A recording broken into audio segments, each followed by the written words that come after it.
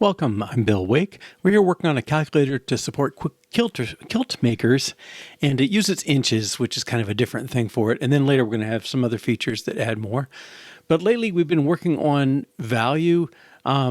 This is the object that's parsing what the user types in for a numeric expression. And we did a fair bit of refactoring yesterday, and I think we're going to finish that refactoring today and really clean it up. And then if we get that done, we'll start on the memory keys. So memory clear, memory recall, and memory plus, and so on. All right, so off camera, I updated Qcoding has a test template that generates your first version of your test code. So I applied that just generally in my Xcode. Yeah, let's move into this convert values. So where we are, let's see. The core of it is this parse number, and it takes a string and it returns either a double or an error message. And we're going to switch that to be a throws clause. And I think that'll let us eliminate a bunch of duplication. Now, let's find the caller. Parse number. It's so long. Parse, there it is. Okay, parse goes to value. All right, so what I'd like to do is,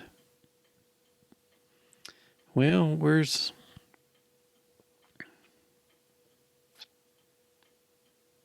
here's parse number. Okay.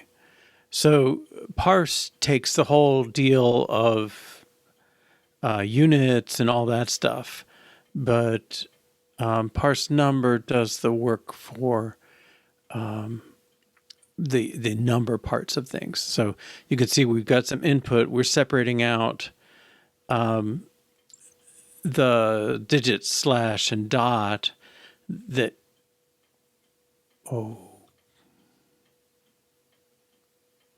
let's, I think we probably ought to escape that. Maybe not. Inside the character class, I guess you don't have to. All right. Test should run though. Good. All right.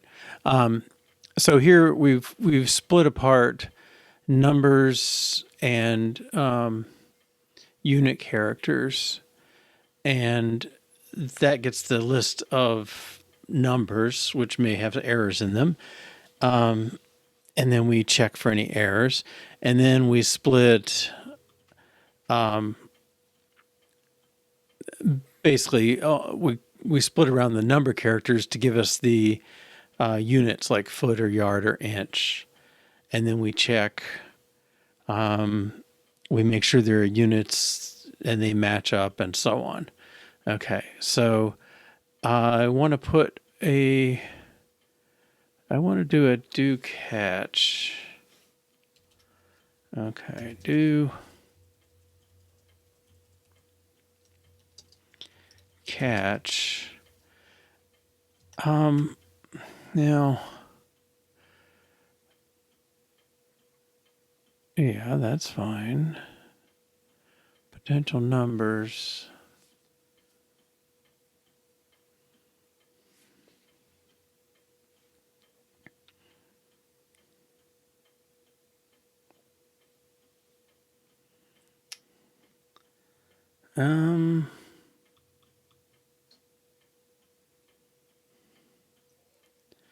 Does this make sense?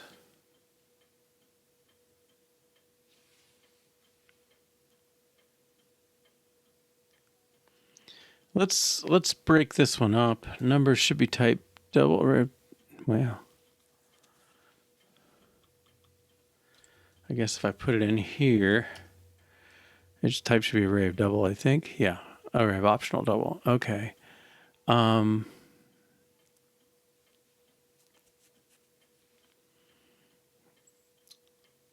Let's do var numbers of array of optional double. I think we can get rid of the optional eventually.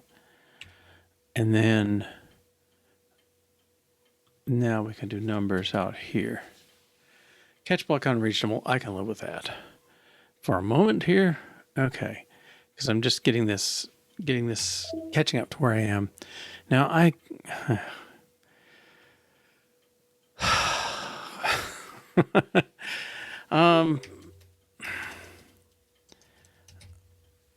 forget how you make your own errors, if you have to tag them as being an error or if you can just use any type you want.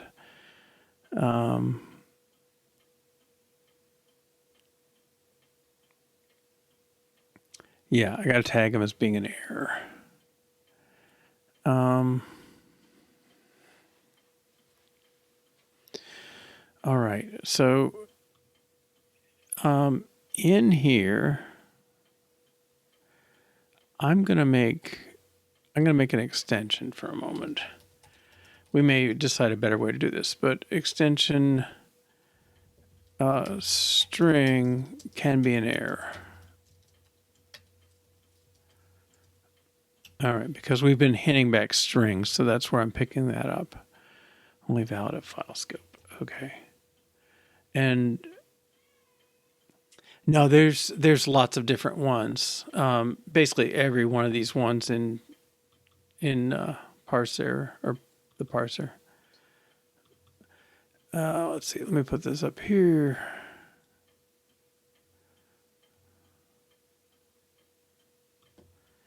We'll adjust if we need to, but okay. So again, that should be no problem. But then we can catch based on that. So,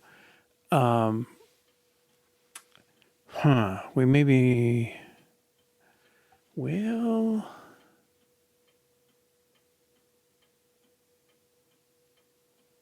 That's not as good as I wanted.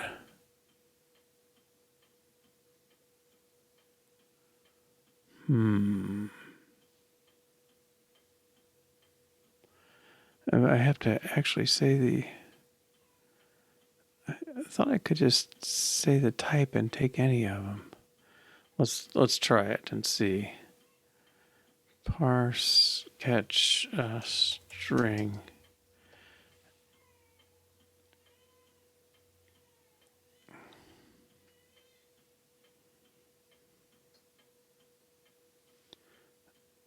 Okay. Right. All right, let's make our own little error type.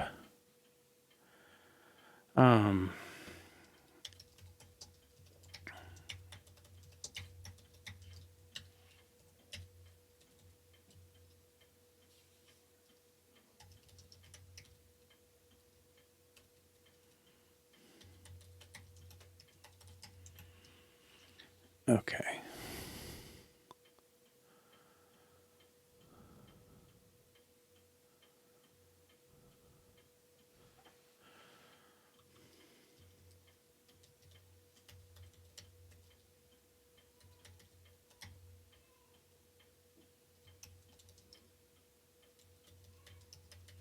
I think I could do it like that.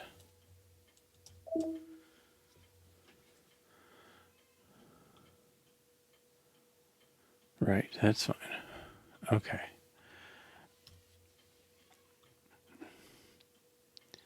Okay, so now I feel like if our parse code throws one of these parse errors, that we will catch it. So let's switch this. We're going to make this be a throws. And again, I don't. Is it? Yeah. I always put that in the wrong place. Okay. Still got an error.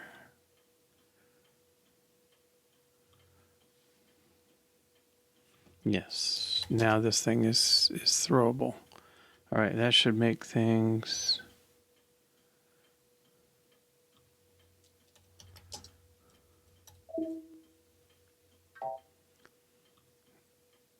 Okay.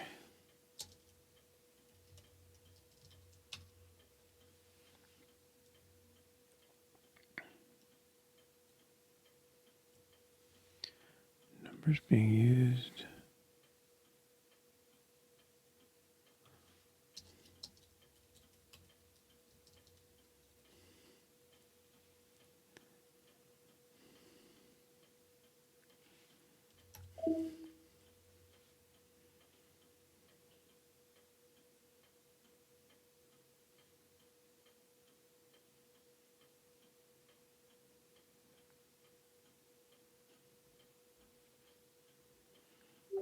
Okay, good. All right. So this is my sort of tiny steps version to try and get something throwing. So let's just take something right off the top. Okay, we've returned nil. Let's do a throw instead.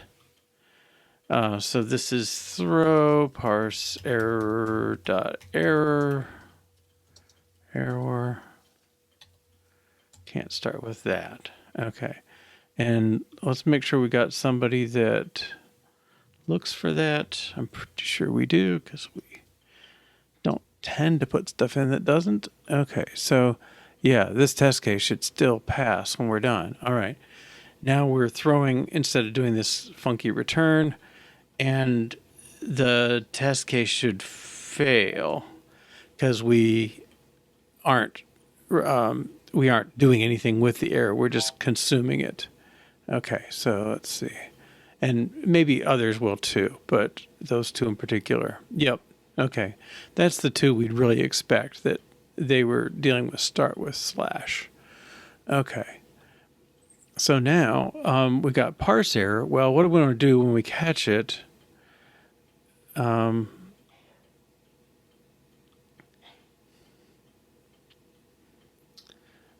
Right. Yeah. Here. So all we're doing is we're going to return the first error anyway. So let's just return that from here.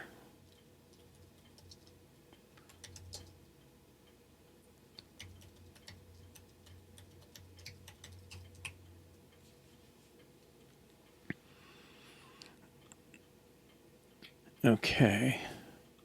And we won't deal with that one yet. Okay. Now this should pass.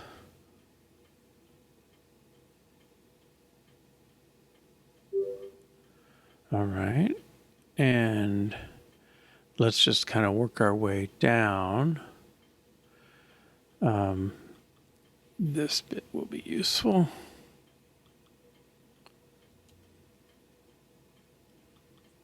And the way we've done our tests, they're all looking for this parse error to come out of things. So they will work.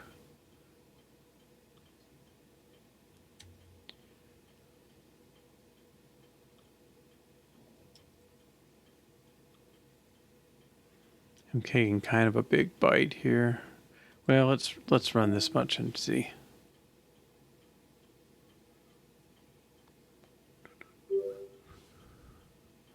Good.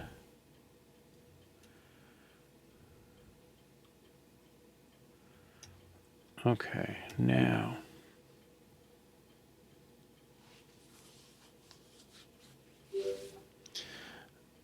Good. Okay, so I guess we can say we make parse number throw exception instead of returning the error string.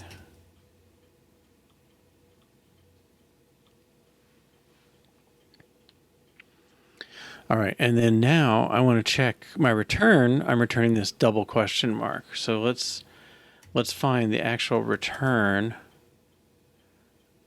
Okay, whole or decimal. That also looks like it can potentially do this. Okay, so we'll come back to that one. Return whole or decimal. What else we got? Return result. Okay, so return whole or decimal actually could return a string besides empty string here. So let's go do the same process to that. All right, so notice how I magically put it in the right place this time. All right, throws. So we're going to have to call a try on whole or decimal. Okay, and we're already in a throws ourselves, so there's no error there. All right, now if that, then throw parse error, number two big or small. Okay.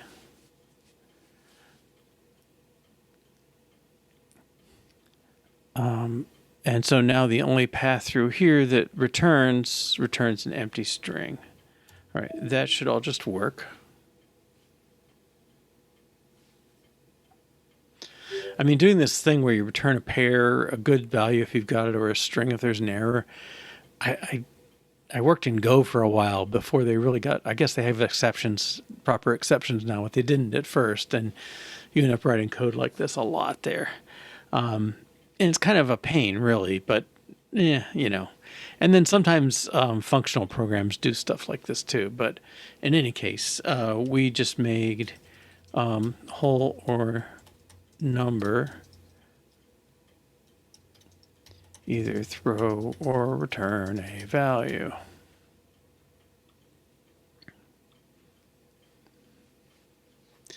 Okay, now, given that this thing never returns a useful value from the double, let's take that string off. Okay, and return number part. All right, now its caller is still expecting well,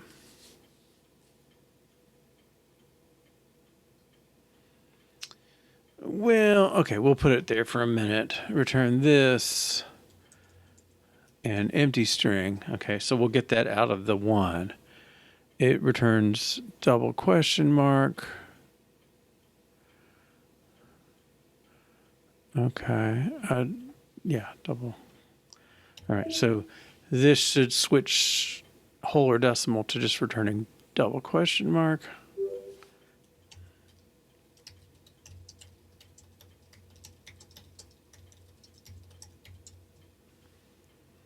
Now, I think we can do better. I want to get those question marks out. So what we have is number. If it fails, it returns nil from the formatter number call, and we throw the error. So we know this thing can only return an actual number. All right, and I think, whoops. Oh, yeah, number part. Whoops. We know it's not nil, so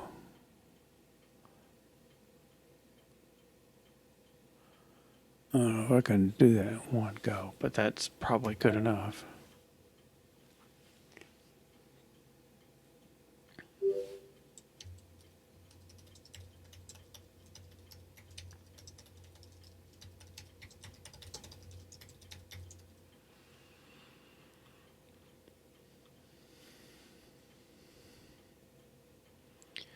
Okay, so I don't think, none of that's kind of very dramatic changes. Why are you not complaining anymore? You had complained about var. I was going to get there eventually. Okay, now I think if we look for our returns, return and return, these only return a double. Right, because if it's not a value, we've already kicked it out, so we're left with numerator is double, denominator bang is double, and result is therefore double. So let's do the same refactoring on there. Instead of double string, double question mark, and string, let's just return double. Okay, and now this comes off. You know, I'm just, because I'm doing it piecemeal, I had to put it in first and then take it back out. But try to stay green as we refactor here.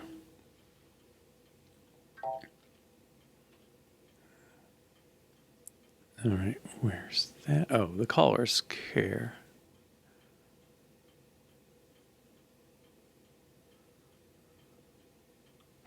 And I missed one. Excuse me.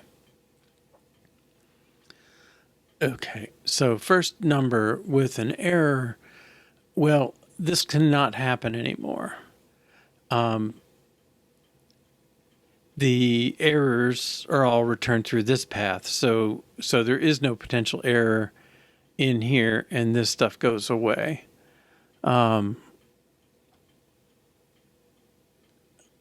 Okay.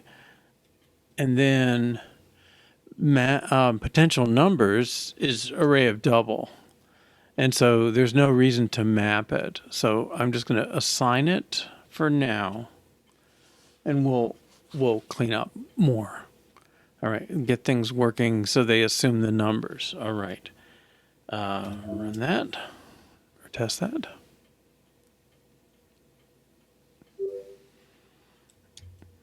Okay, so make parse number return double rather than double question mark and string. Okay, so we got a little bit of a benefit, got rid of some error checking stuff in the caller.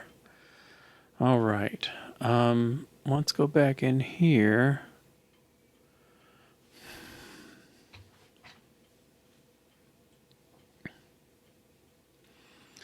Now, some of this, all right, the result equals that. Numerator divided by denominator, return it. Let's just make this a return.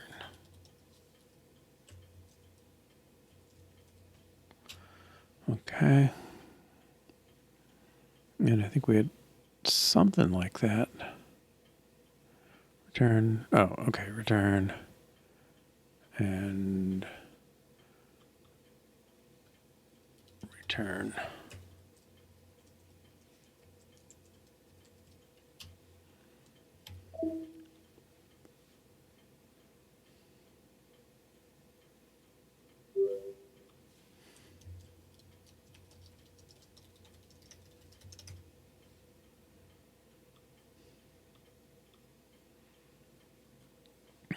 All right. Now we're going to put our duplication searching hats on. All right. We got the formatter. We check something. We check something. We check something. We match. This is, well, okay. Number match. Let's see what this whole or decimal number. Unfortunately, you don't get to.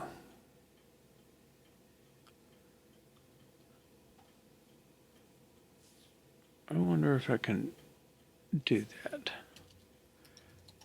Static let formatter equal number formatter.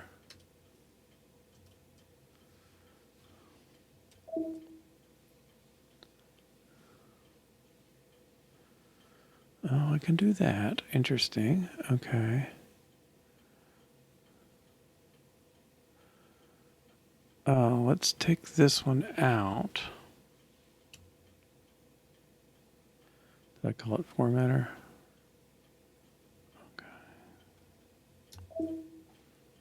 Okay. We were in whole or.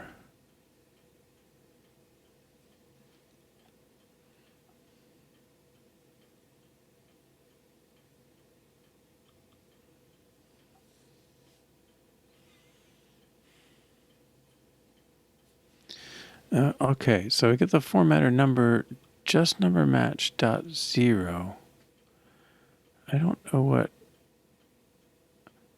Okay, so that's dot 0 is the whole string. Let's pull that up. I'm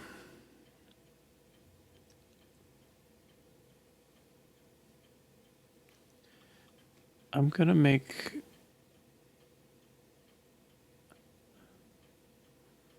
just number match. Let's pass the dot 0 in up here. Okay, so I'm gonna make this a little more generic.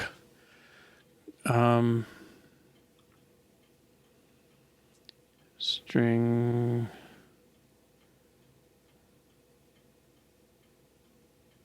So now this is not that, it's a substring.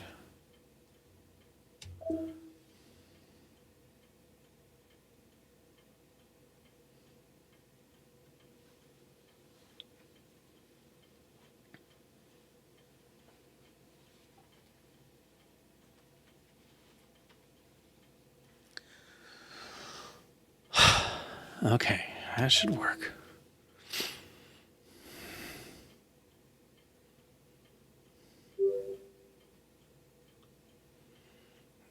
Okay, I'm going to call this parse double.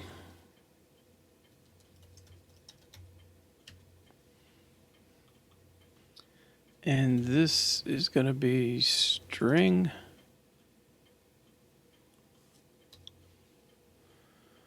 Okay, format number dot double value, number is nil. Okay, that feels like a more useful helper for things. Okay, so if we match a classic double, then we return it as a double. Okay. Now, whole match, whole plus fraction. We got a whole number and a denominator. Okay. I think we're to the point, this code, format it, check if it's nil, use it. Okay. That's kind of what we've done here. Okay. So I think we can say numerator. Well, is numerator a var here? I don't think it is. Right? Okay, so we can say let numerator equals parse double of numerator. I don't know if I can use string as a substring, can I?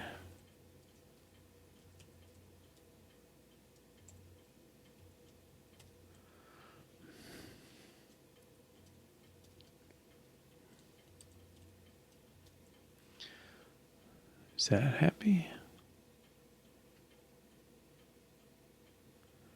No. Okay, well, let's make it whole plus fraction dot whole.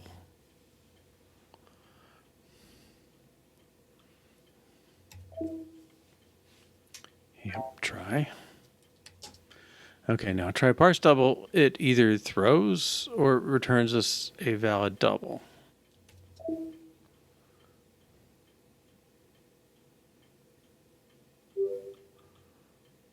Okay.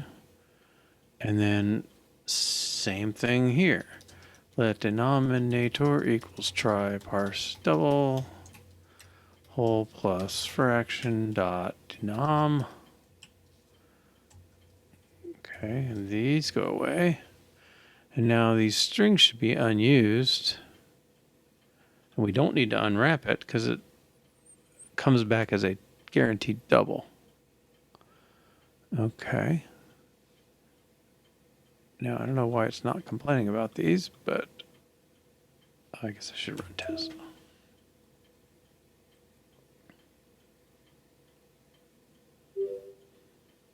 Okay.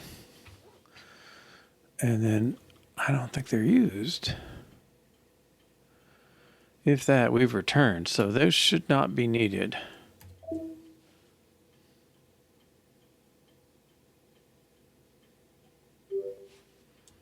Okay, so we simplify whole plus fraction calculation. Yeah, I mean, this is definitely the kind of change we were looking for. Using the try catch lets us, well, it makes it easier to return the happy, or makes it easier to go down the happy path. Maybe I should say it that way. And so I think this is pretty good. I don't know. That space is probably okay. All right, and then now we're falling through to this case, which is the 3 case. So whole number.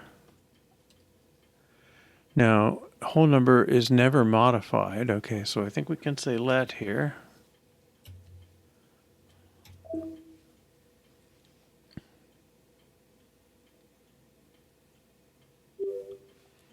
Okay, so let whole number equal parse double of number match dot whole. Okay, that takes care of those. Let numerator equal parse double number match dot num.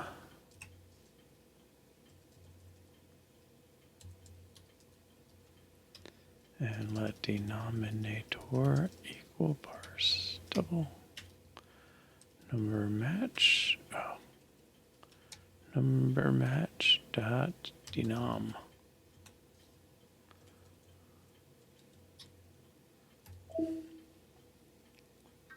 Whoops.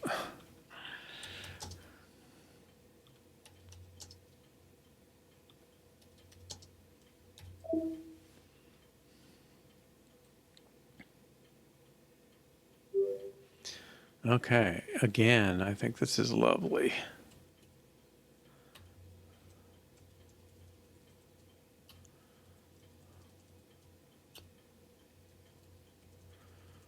Right, okay. Make sure that works before I get too happy here.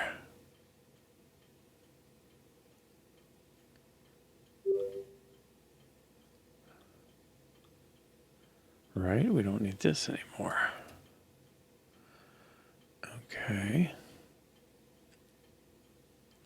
Now that's still a longish method by my lights, but it's not, I mean, it's a third the size or half the size it was. So I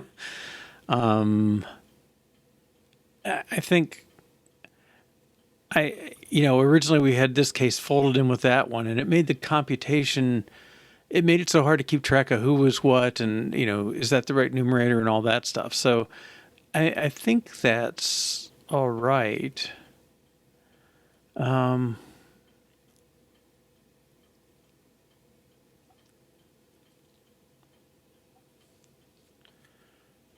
we could pull this calculation in. Let's do that. I'm going to take this code for kind of inspiration, but parse double.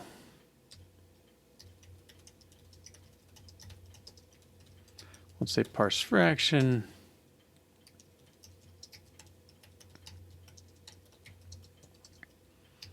Returns a double. Okay. Now, what it passes in is I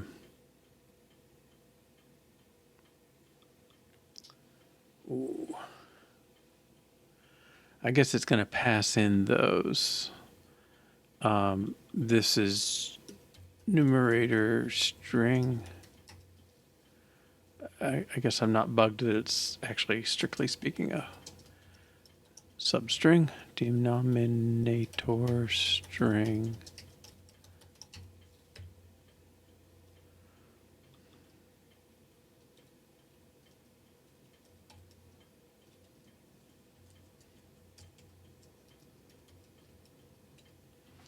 Denominator string, return numerator divided by denominator.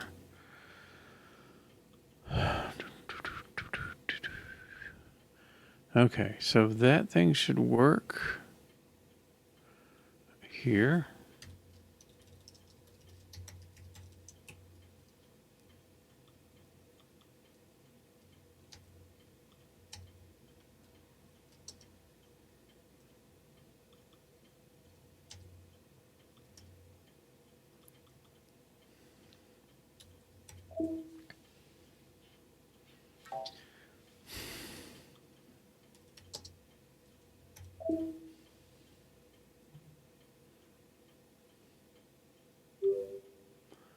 Implicit return. That is so wrong. We'll do this again.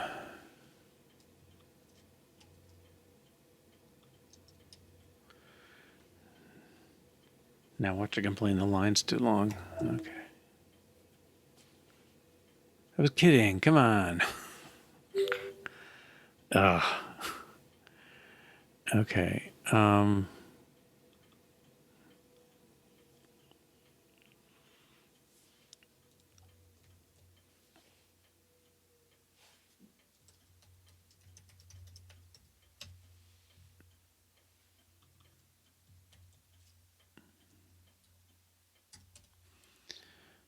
Okay. I think that's too shorter.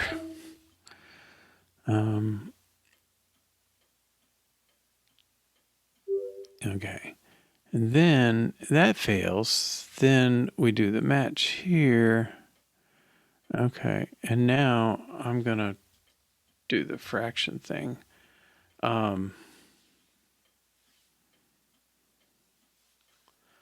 Well, this denominator is parse fraction of number match dot num and number match dot denominator. Pulling out that fraction calculation. Yeah, there is. Do you think that would look a little nicer?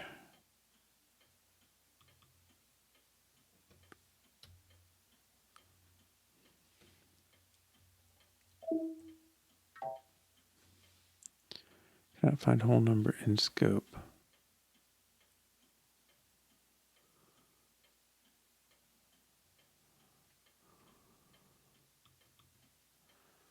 Oh, that's because I deleted his.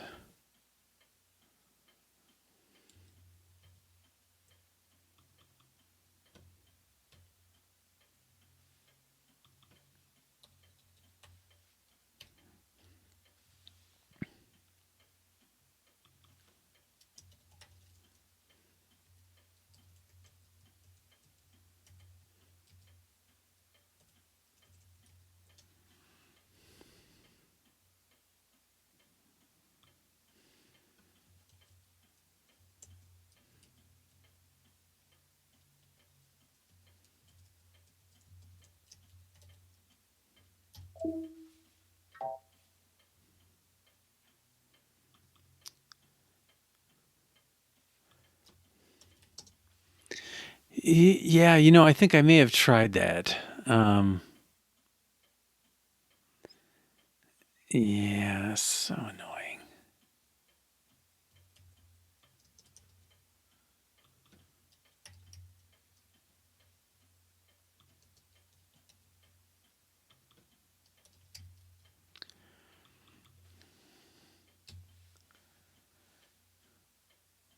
I know it's just weird little Swift-lint bugs. I probably should be more diligent and track them down and report them. But I think what's going on is the I think the semantics are that this return is actually returning from the method, even though you theoretically could return from the closure. And this is a closure dealing with whole match. So I think they've got a little semantic confusion. If it didn't work at all, then our all our error returns wouldn't work. So I'm pretty sure it's the right syntax. But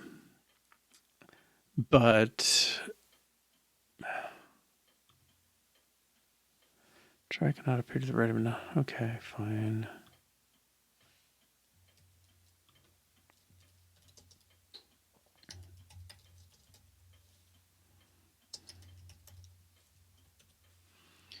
Okay, so our errors would not work if this syntax just returned from the closure to itself. So I'm pretty sure Swiftland has a confusion about the situation. The problem is, like, some closures do return the value, and that really counts for something. So, I don't know.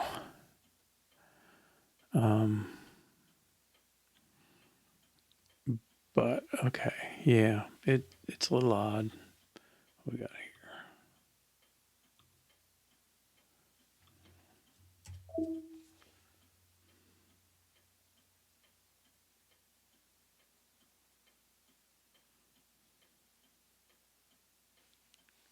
Yeah, I think there's next and previous are supposed to work. All right. Parse fraction. and use it in two places.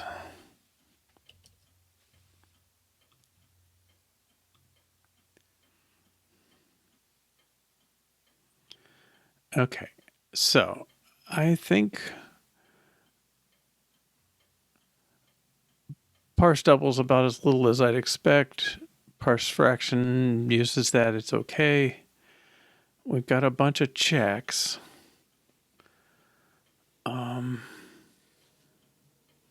They're all a little different.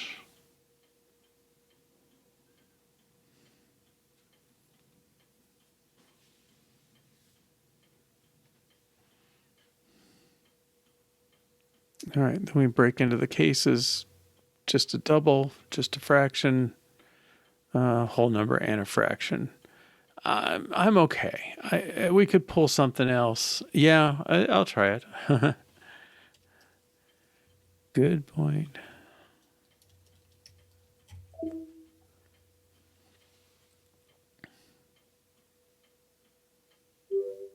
Good catch. Okay.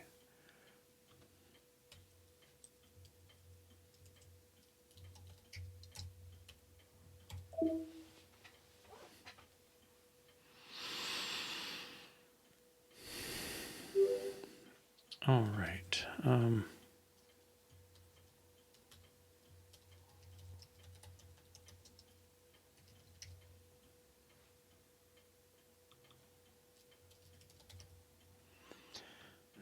quite a word, but okay. All right.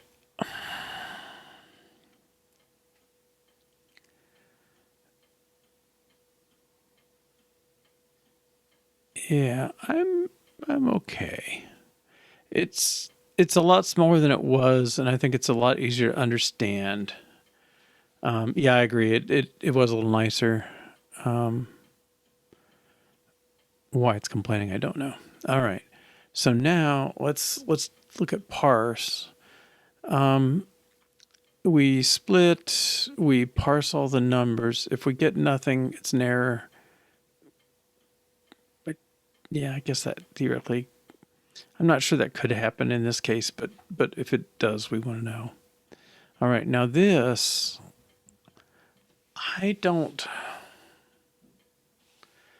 this is sort of a can't happen case. Maybe I should call it internal error in case it ever shows up anywhere.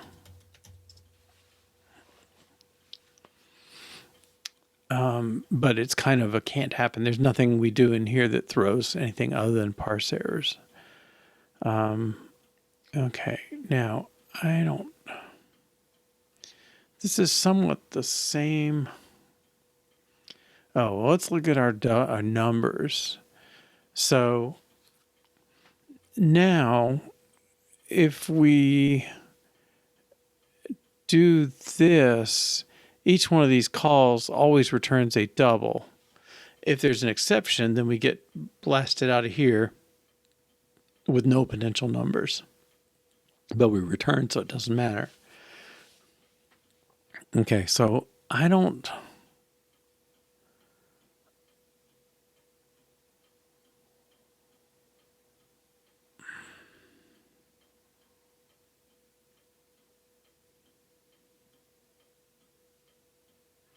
Well, I don't need this. Numbers is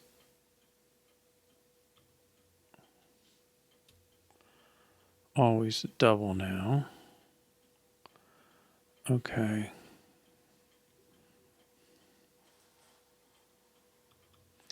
And let's just use the word numbers in here.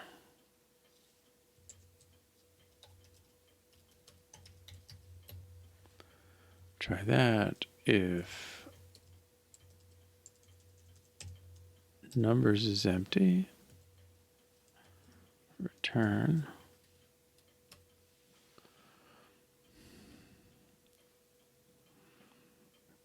Okay. I guess that's all right. The alternative I have is, I kind of want to...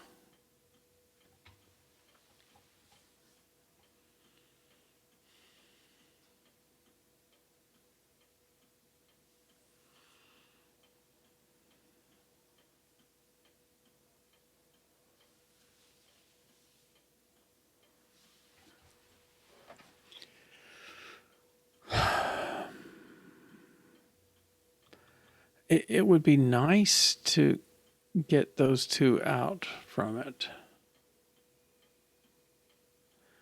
I could pull everything into the try catch.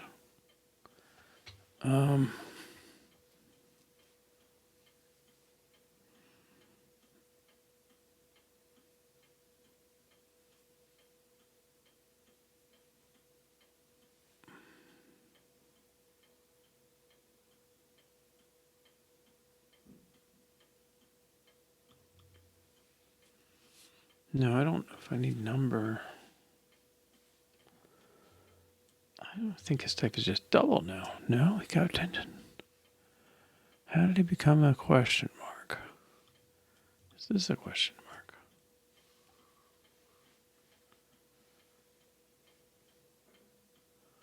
Numbers is always doubles. If you zip numbers, it's so weird. I'm going to take this out and see if I can build.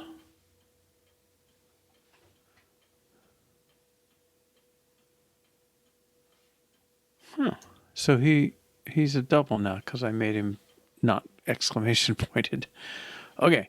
All this is getting us the list of numbers. Well, actually, it's more accurate to say from here to here is getting us the list of numbers. The end result is a list of doubles.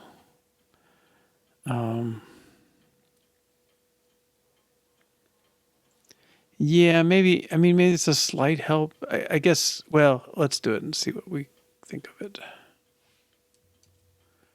Okay, so put this in here.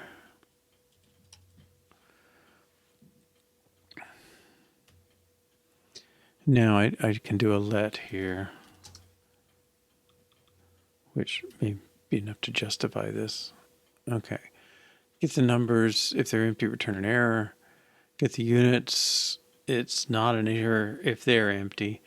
If we have one number and no units, then it's just a number.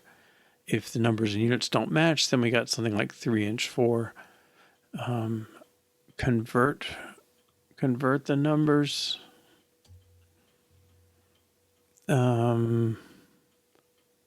Convert the numbers to inches and then return the whole value. Yeah, I think that's an improvement. I don't think we have to. I mean, I could throw a parse error here, but I don't know if it really helps anything.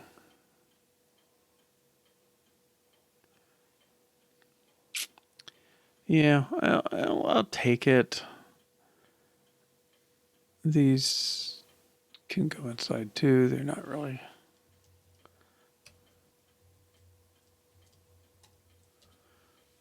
Okay.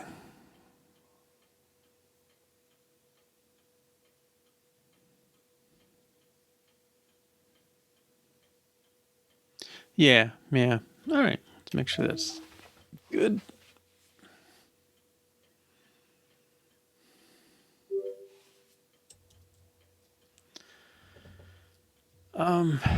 Move.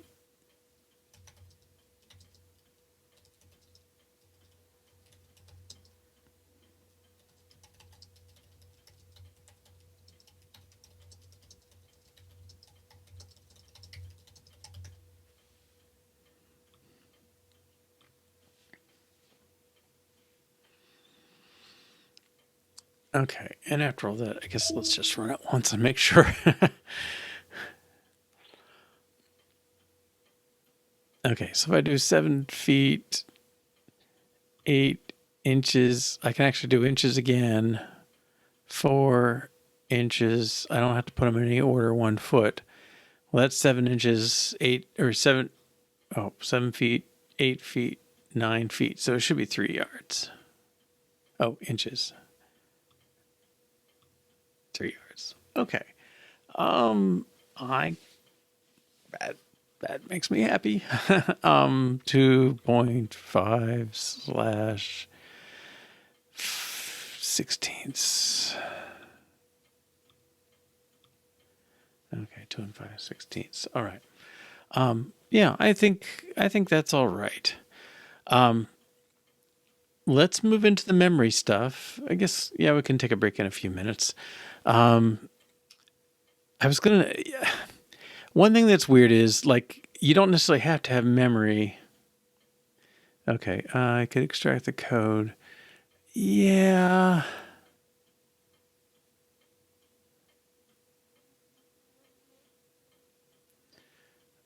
Okay, is that?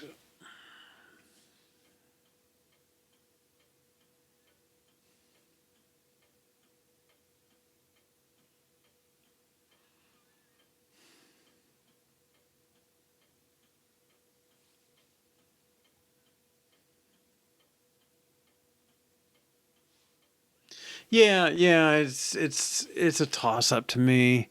The only piece that the piece like this bit, if this became a try catch kind of thing, we know it's a try already because we're doing parse number. Then it's numbers equals, get numbers for input, and they're right. That's not bad. It has its charm, I guess. All right, so I don't know if I can.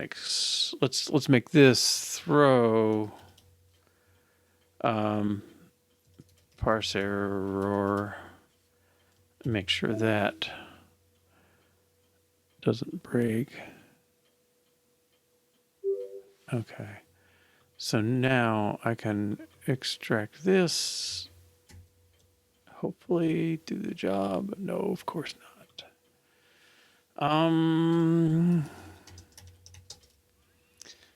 Let's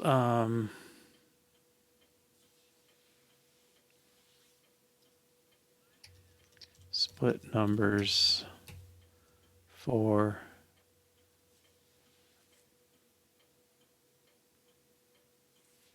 input, I guess.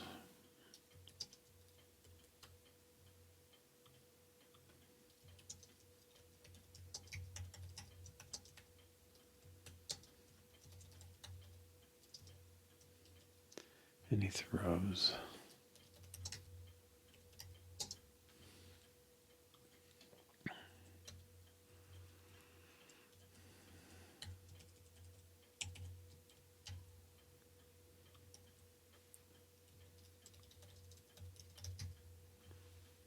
And this needs to come in.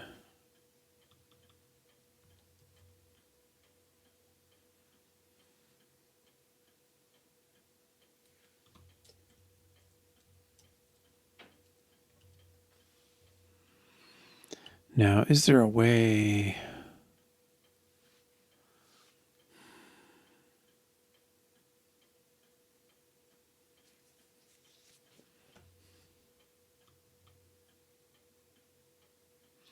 I'd almost like to reverse it. I want to say, don't give me the separator.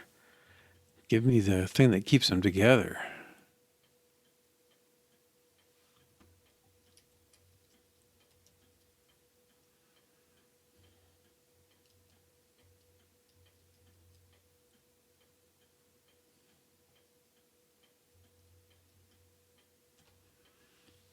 Yeah. Okay.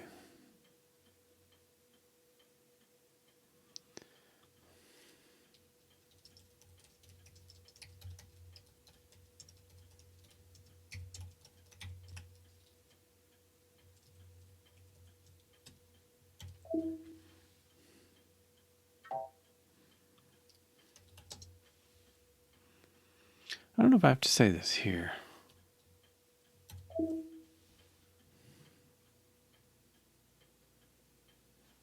Good. Okay.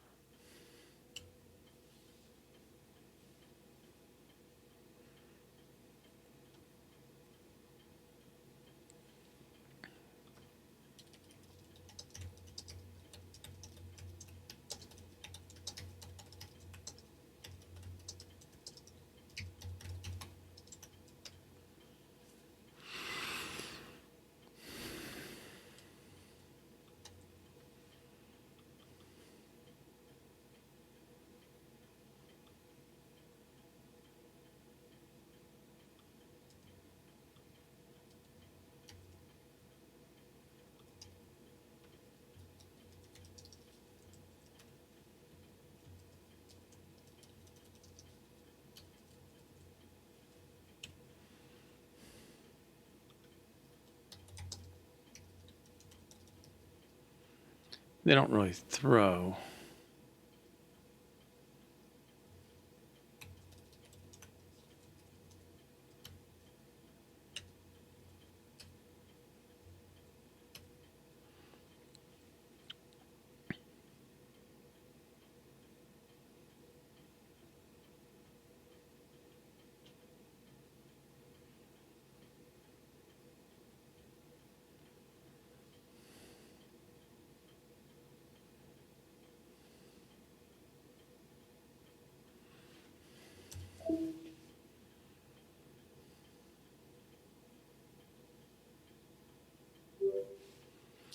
Okay.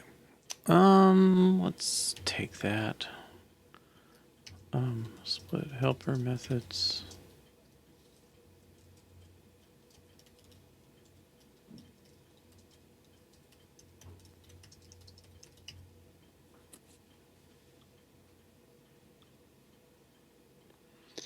And I mean, you could probably pull this out too, but I don't know. I think knowing these are a list of doubles, these are a list of strings, that helps. All right, I'll let this be. It's so much nicer than where we started today. Okay, so let's say what we did. So I guess we just refactor parse related methods in value. But I'm much happier with this. Okay, value handling of fractions. Can we use regex? We didn't bother. Okay, MCMR.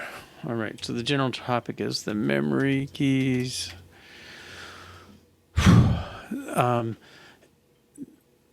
One thing that's a little funny is, like, we don't know, and this kind of applies to the original calculator part too. We don't know if the first thing going in is going to be inches or just simple numbers. And so if you hit MC and then what does it have in the memory at that point? I think it's got to be either nil or we got to make our number stuff a little smarter. But it's weird to me because if I have, let's say I have 0 feet plus 0, right? It's or 3 feet plus 0. It almost shouldn't matter that 0 doesn't match the units. Like a 0, I mean, if somebody said I have 0 inches, I mean, you're kind of saying you got nothing. So there's not necessarily a unit on there. And this has bugged other programs that have this kind of type stuff. But it's kind of like you have a special case that says just 0 is 0, regardless of units or any of that stuff. And that's not how we are now. We say numbers add to numbers and inches add to inches and nothing else, So I think maybe we need a special case in value to let you combine 0 inches with a number. And is it only on addition? Yeah, exactly. 0 really is just a nothing. So we got a little bit of a hole there. We can certainly turn on memory clear and all that stuff from the keypad and the calculator point of view. Okay, we have the observable value. We don't have a memory yet, and I think let's say there is one.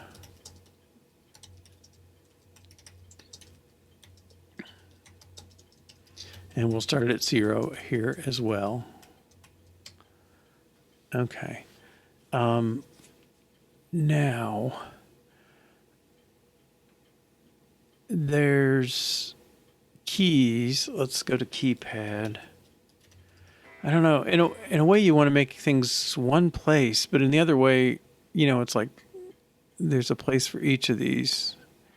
Like somebody's kind of got to know them all to know where they connect up. All right.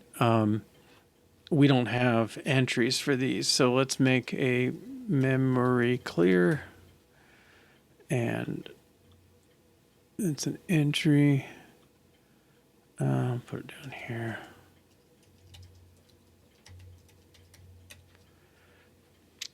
I guess we'll put them all in. Memory recall, memory add,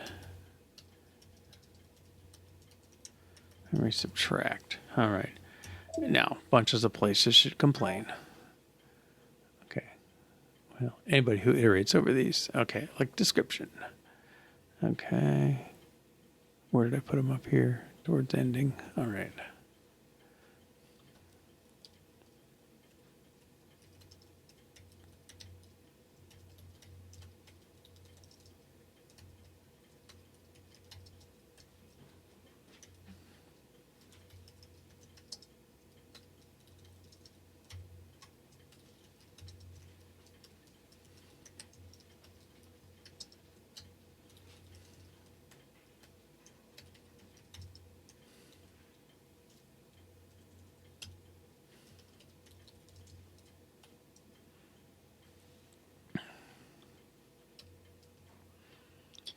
Okay.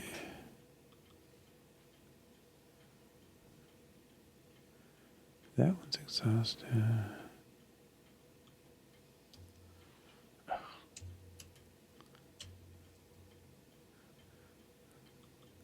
Calculator. Okay. So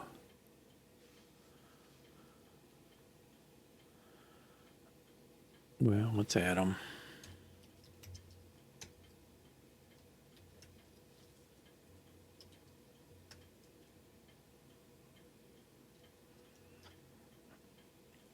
Maybe put them all in.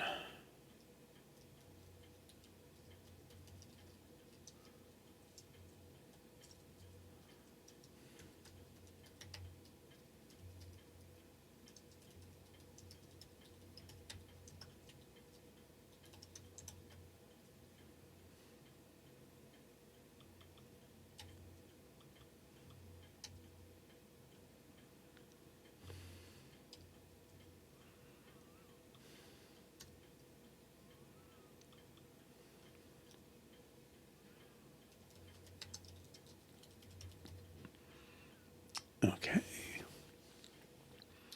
And content view. It's going to take these out and enable them. All right.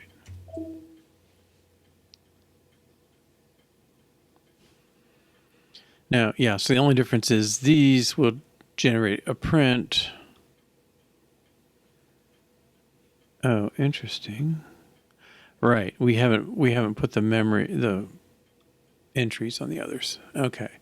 And the test should all pass. We're not changing anything.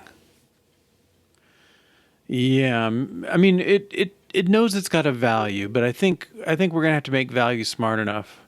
I mean, I think the calculator already has this problem. Like if you say 7 inches minus 7 inches plus 42 equals, right? We say mixing, but really once you got rid of all your inches, 42 should have been fine. We can allow that. All right, so where's keypad? We'll go ahead and put these other memory ones in.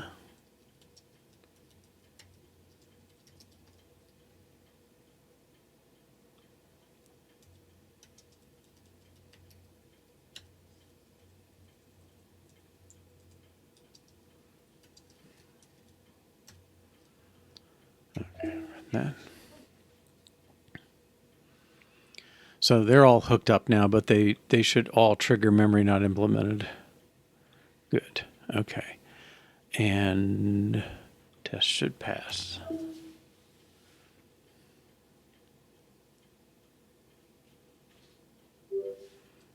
All right. So we add keys for all memory functions. Keys and entries. Okay.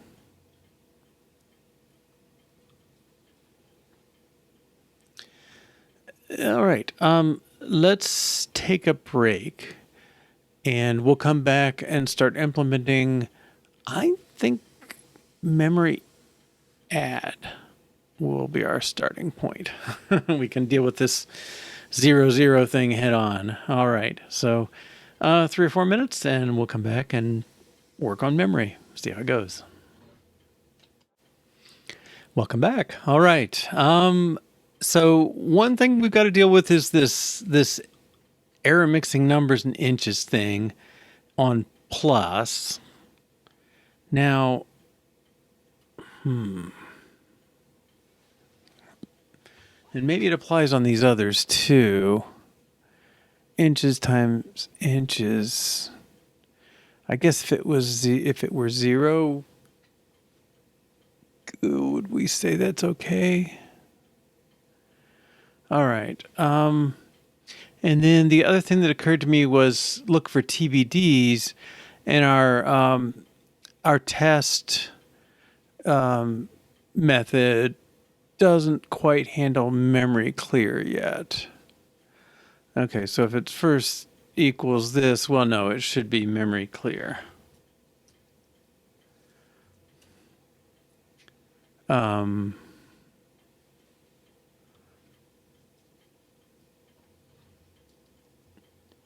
And here's a key name. You see in that,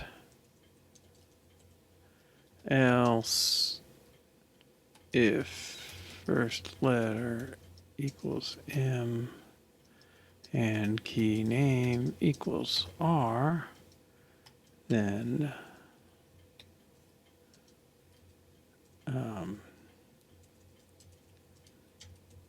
this again, except it's memory reset.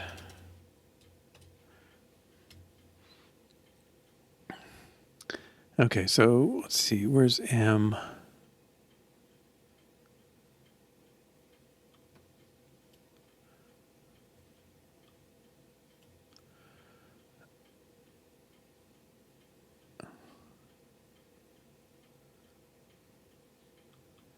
Yeah, this, okay, let's plot M.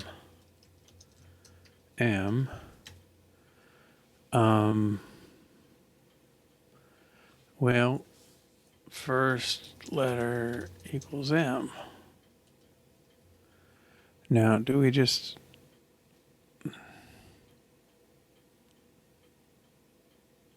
Oh, we've already got M covered. Okay.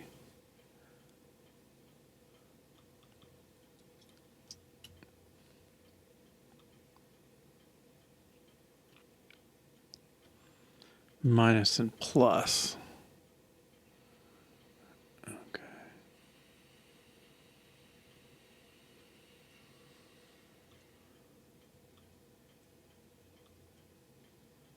Oh, recall.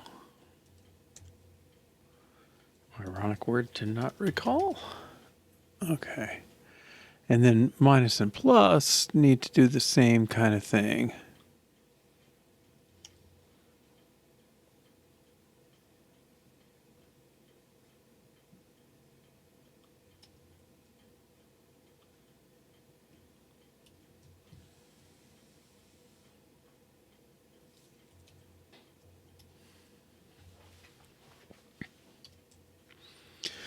If the first letter is M, we don't have a second choice. Then this is memory add. Clear the first letter. Otherwise, it's just a plain old plus sign. Just do it. And similarly for minus. Memory subtract. Okay. Should not break tests.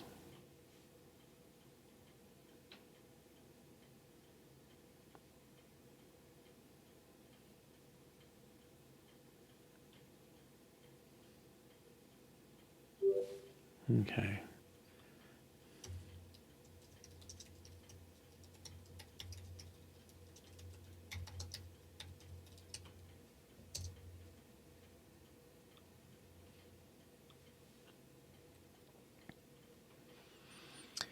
All right, and then I was looking for TBD.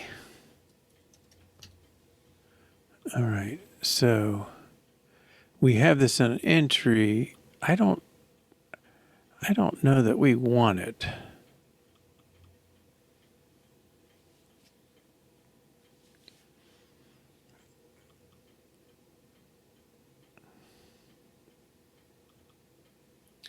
I want to get this thing out of there. The only place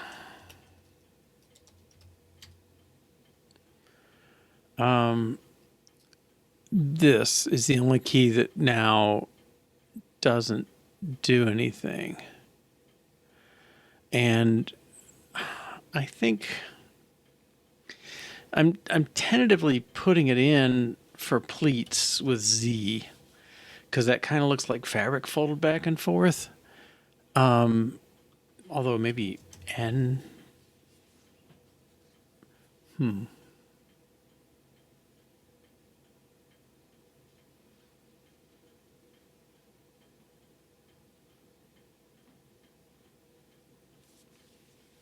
don't know. Z. All right. And let's just say pleat. And we'll add an entry for that. I'm going to put it down here.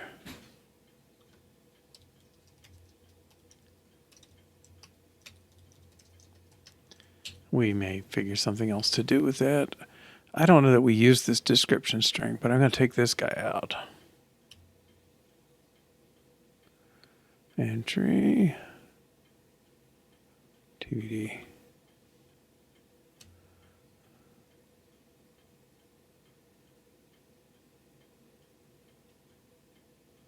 What's this? Oh, it's in units. Okay. All right, so this case goes away. We'll save that one.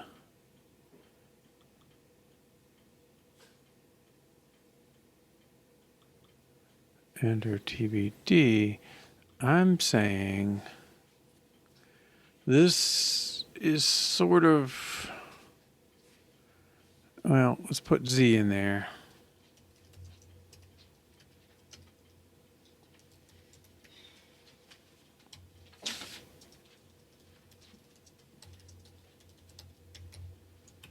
Okay. And then this is print unknown key name shouldn't happen. Okay. And then finally, this one we defaulted it to TBD, but we don't need to, because everybody's got one now, which I think is better. Entry has no member pleat. I thought I added that. Apparently I did not. Should be a couple places with switches, yeah.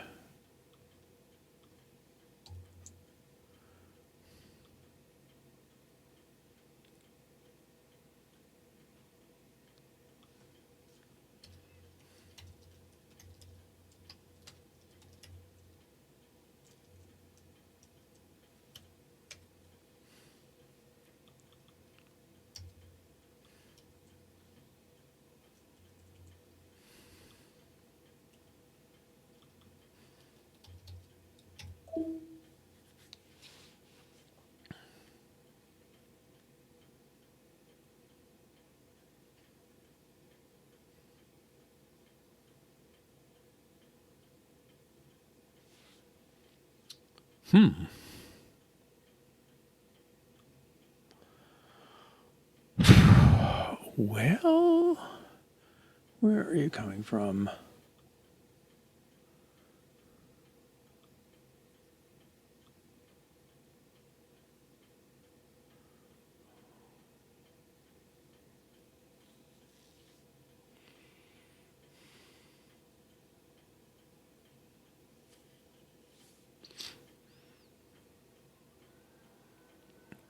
No, we only have that one unary operator, so I don't know what his problem is. Can we figure out which case it is? No. It's in addition.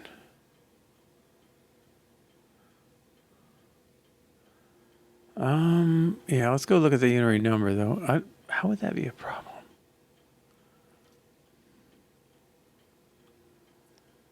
Where's the actual... Well, there's evaluate. Oh, unary is subtract, right.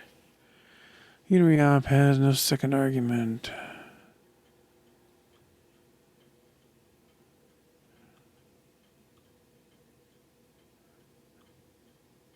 Evaluate unary.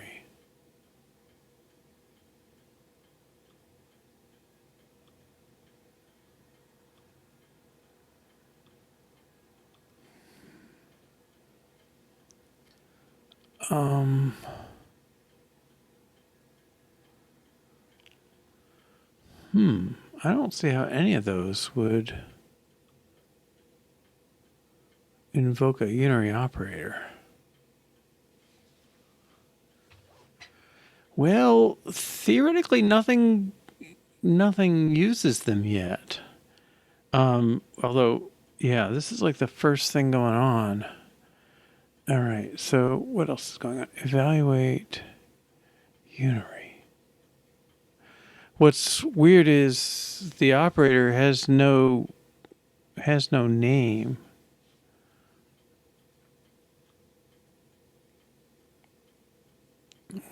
What's entry?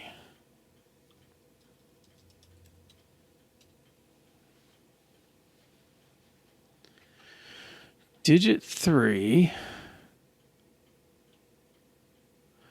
Let me do a rebuild.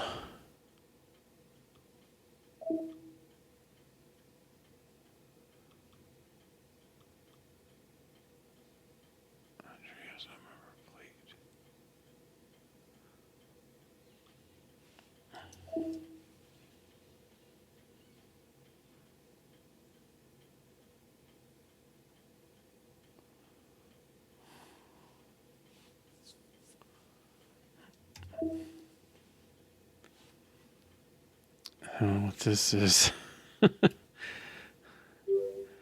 Okay. Yeah, something didn't rebuild after I changed entry around. Clean run again. Make sure that didn't show up. Okay. Add pleat.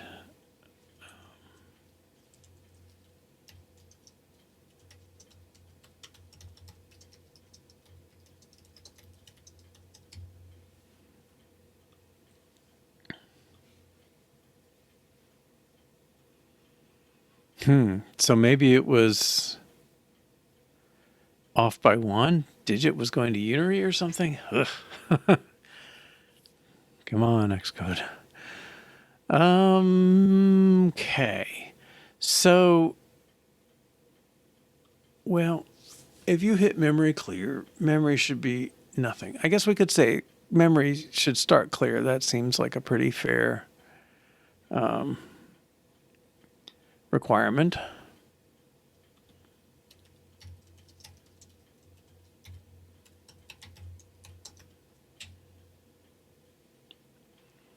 Okay. Just steal these.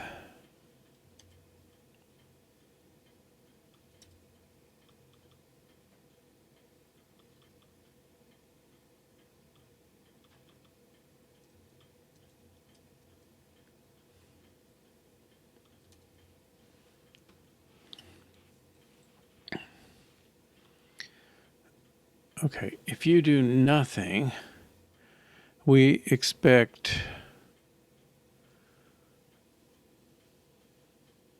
I guess 0.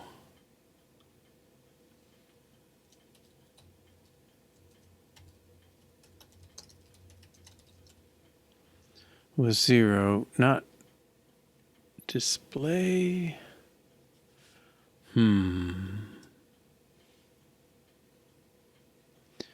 Well, I can give it a calculator.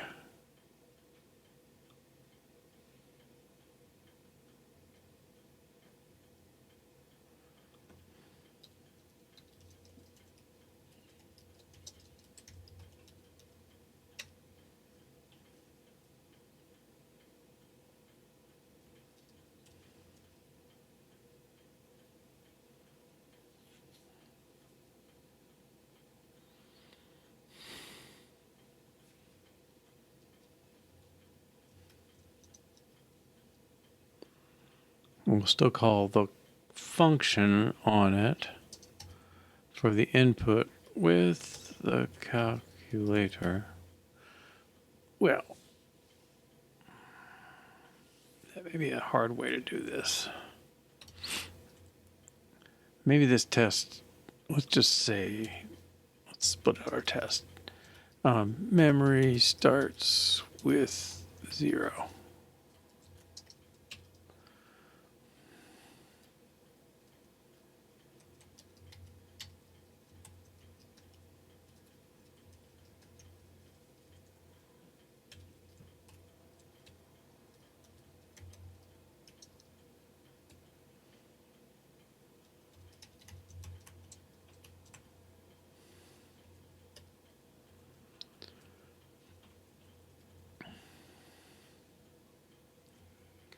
We'll get these going later. This should pass because we just hard coded it. All right. Boy, MR. I'm not sure. This is kind of a semantic question, but in a typical calculator like the one on the app on your phone or whatever, maybe I could run the one here.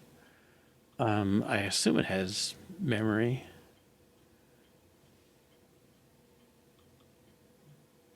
It doesn't. Okay, we can rotate it or select. Okay, yeah.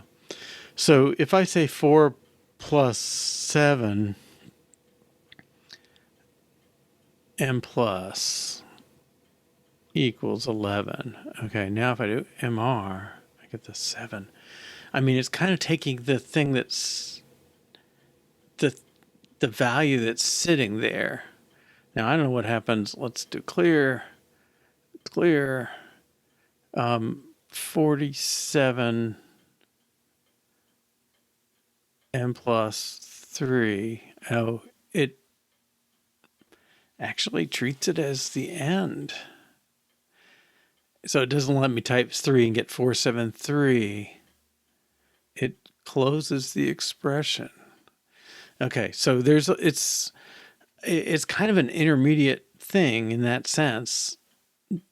It kept the 47, but our calculator, we don't really evaluate anything. So if you say 7 feet 9 inches memory plus, like what about, well, you go on, you get 6 inches.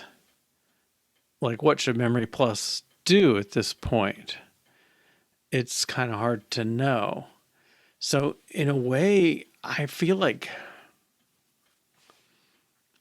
I don't really know what's the right thing to do. If I could see memory plus meaning take the last result and add it to memory. But if I do equals and then memory plus, I would think that's fine. And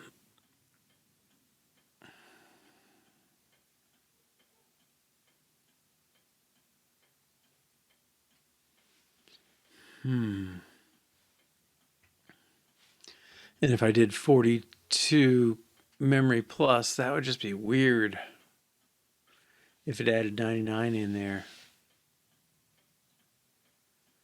Yeah, because, I think it comes down to there's no current value in the middle of an expression with our approach.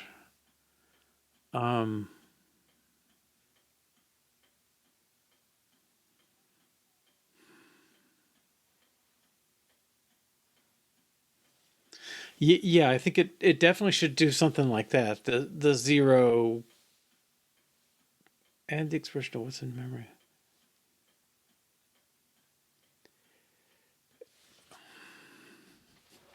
I mean, is that a way of saying it's another evaluate? It's evaluate the current expression and put it in memory. I could buy that. Um, I mean, memory recall should take whatever's in memory and put it in here, the value in memory. So you're sort of losing your history, although we can figure out an adjustment for that.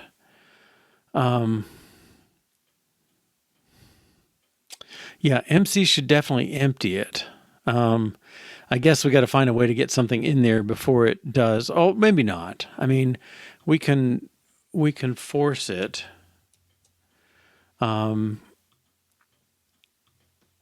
Memory clear resets it to 0.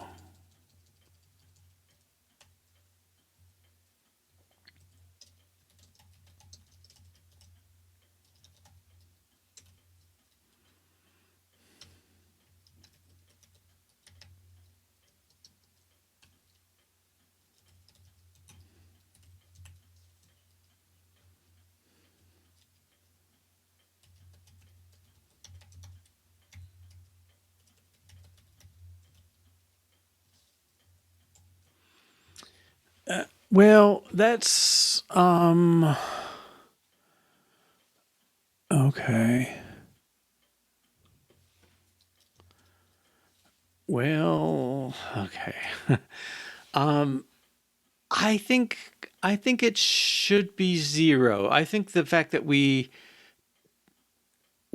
it's commendable that we block you from adding inches and numbers. But if the numbers happen to be 0, then it shouldn't really block you. And same thing for the memory. The memory could be sitting there at 0, but if you do M plus and it's 42 inches, it should do the work. And I think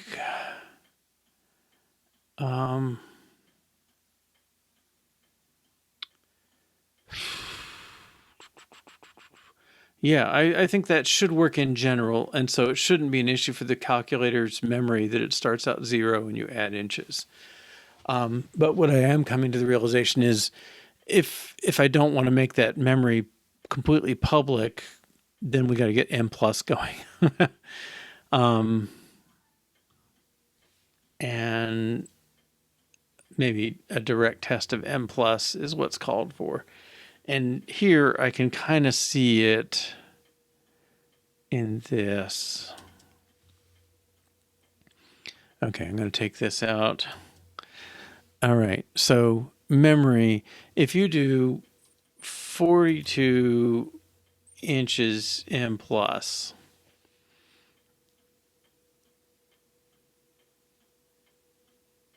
okay, then I expect this to be 42 inches. Can add value. Well, let's take the easy one first. Okay. 42 M plus, we expect 42. Memory can add value. This is going to break.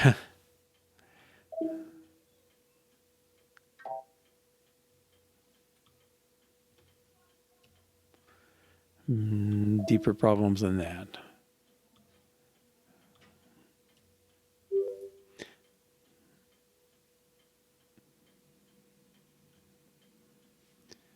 No. This is supposed to be memory. Oh, no, this is supposed to be calc.memory.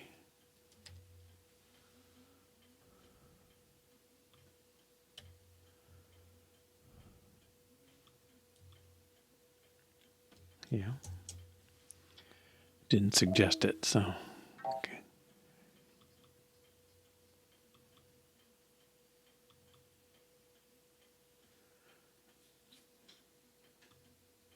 Um,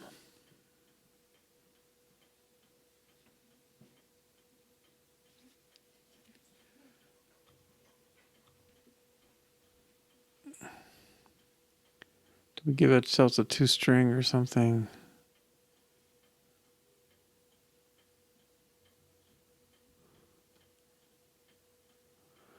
How do we format?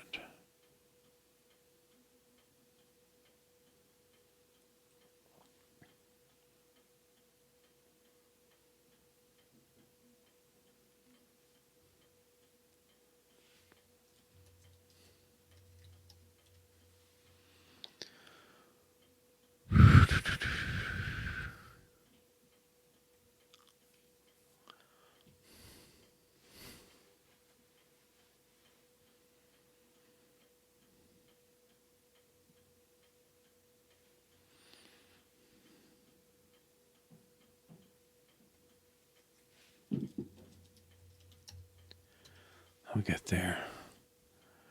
Okay. Value formatter.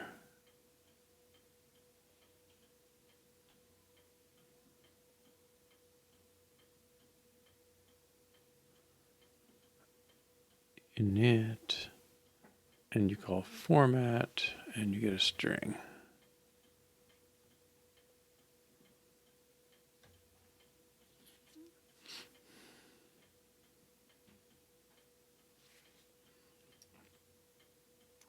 Yeah, it's a little more work than I wanted, but I'll take it, I guess. Okay. And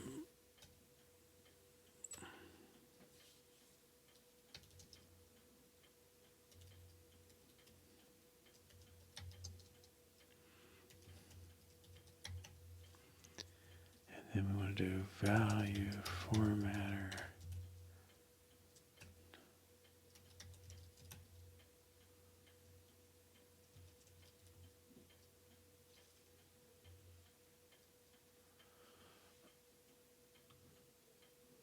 Imperative formatter function.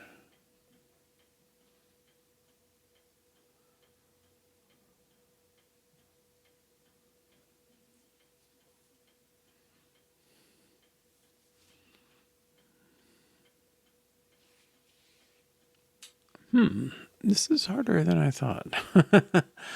I thought we had this kind of... How does it know which one to format by? Okay. I guess the imperial formatter is only for inches.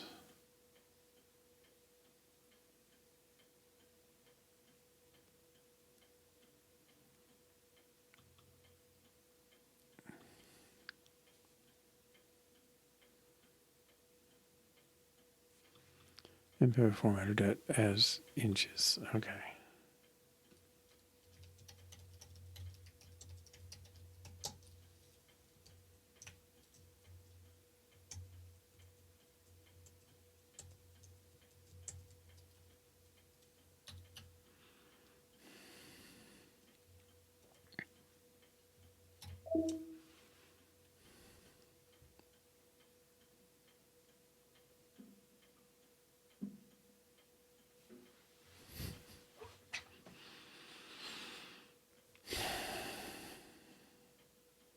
Okay. Oh.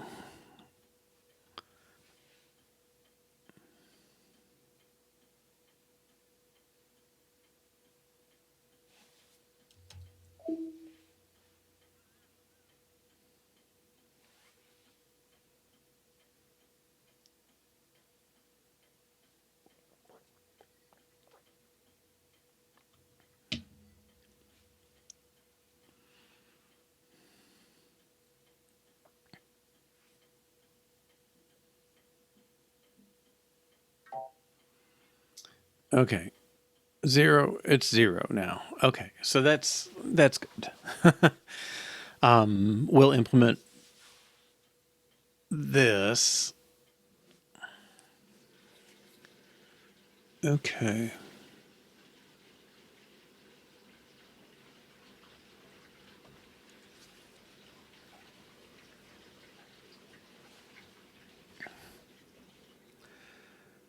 So m plus, let's find, well,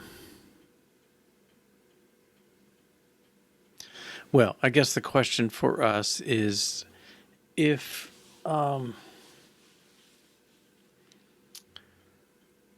okay, what does madd do in our calculator? Excuse me, in our calculator. Okay. Well, this is all great.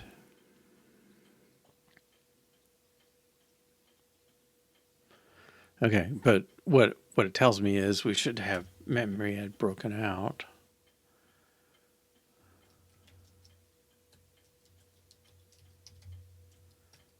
Memory add. Take it away from here. All right. And he's going to call something on calculator.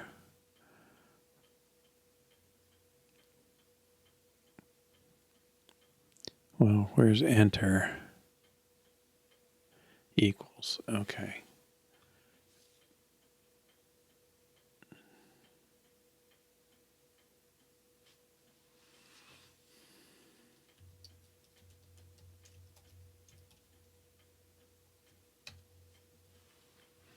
Now, equals doesn't take entry.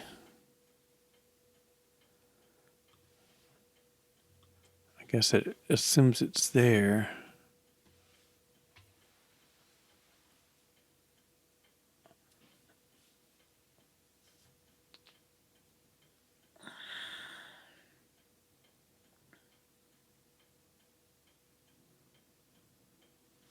Well, equals stores,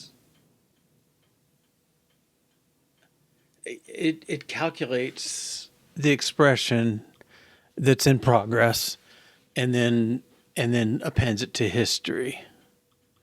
All right, this is a little off formatting. Okay, so but it's not empty.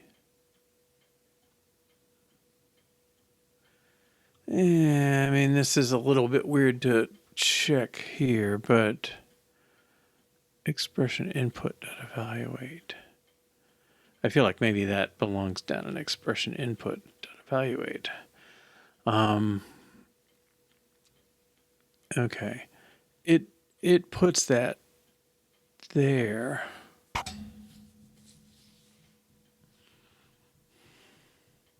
Which is fine.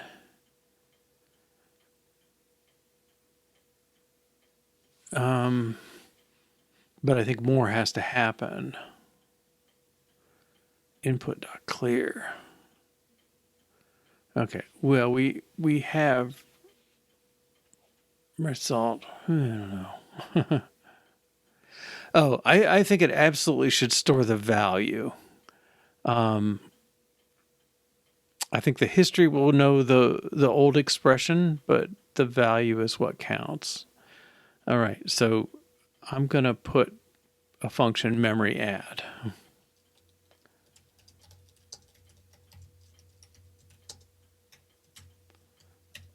Oops. Does nothing. Okay, now down here, call memory add. All right, we're not doing anything yet. I think, well, this stuff.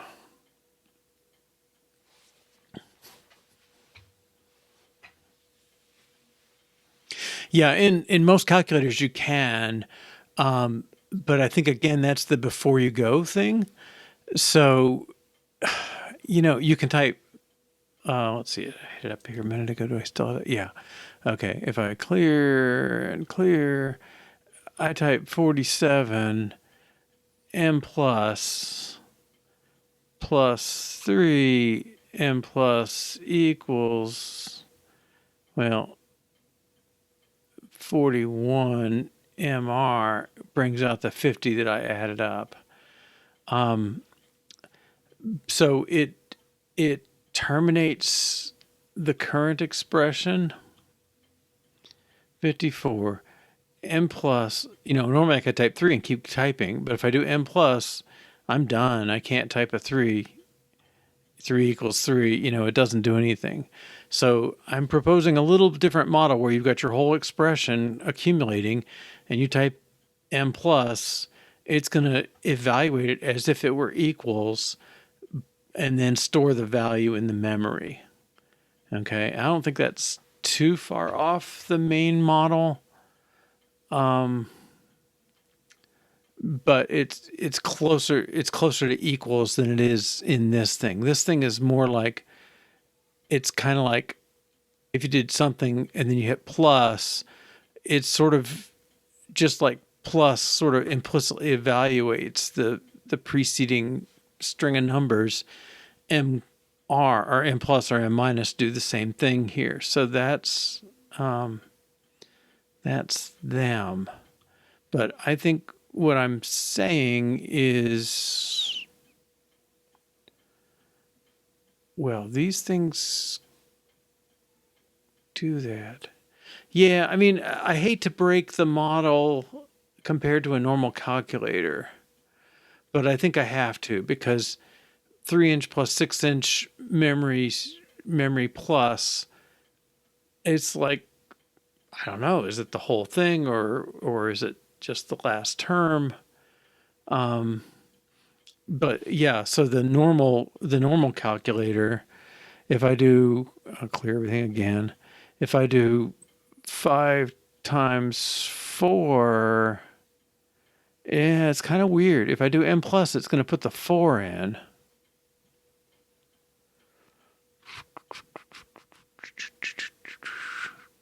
If I do plus, M plus 3 equals, now I should have the 20 in there. Yeah, so M plus is a little weird. I mean, I guess it's taking what's in the display and closing off the operator if it hasn't been hit, and then applying the operator if it has. Yeah, I'm going to be a little different. All right, so has the test expressed that difference? If you do 42 M plus, you expect the memory to have 42. That seems pretty right to me. Now the rest of it, what does the result have? Well, the difference is in a normal calculator, you can keep going, and in this calculator, you can't. And boy.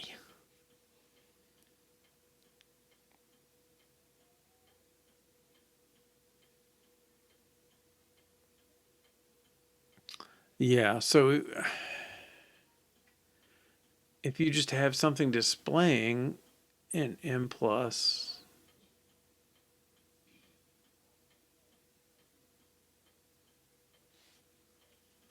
okay.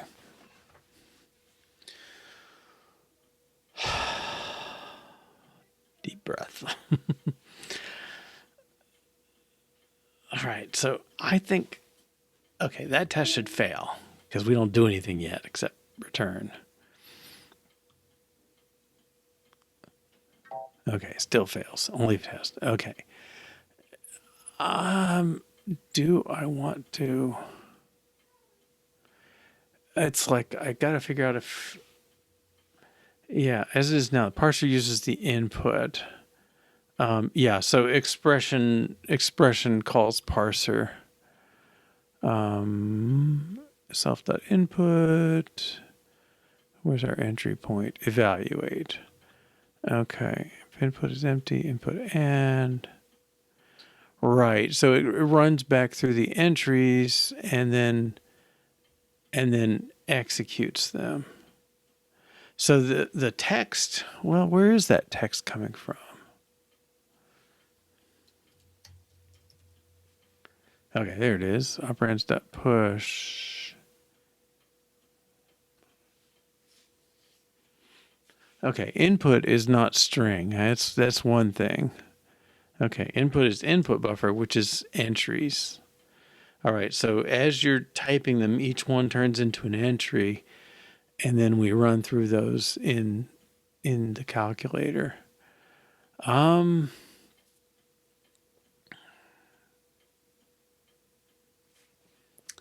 Boy. Okay, so expression input.evaluate. And result is our display. Okay, I think this should go down. I think I'm going to spend a lot of time commenting out tests. All right, so test should all pass. Oh, okay. Test should not pass. Comment out the test.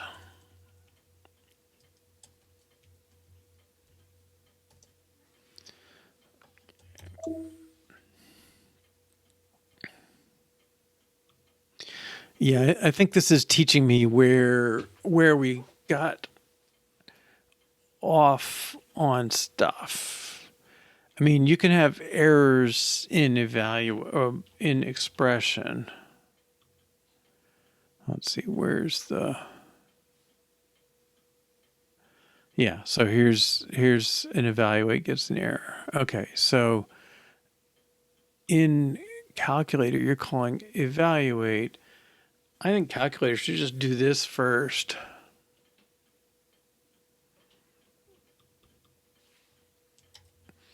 Okay, and I'm going to push this down in there into expression sub input.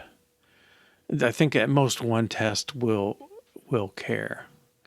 All right, if his input is empty, return 0. If input is not empty, but it ends with the last binary operator, well, we know input is not empty at this point. So this and that, and we can return error expression. And let me space this one out a little so it looks consistent. Okay, input is empty, return the value 0. If input is a bad binary, a bad expression with that. Okay, then we slap ending on the end and go into the parse routine, or sort of a parse. Evaluation routine. Okay, but any of them can return errors, so I think that's good.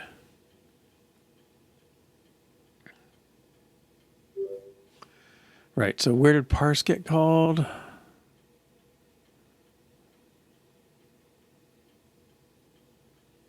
was that?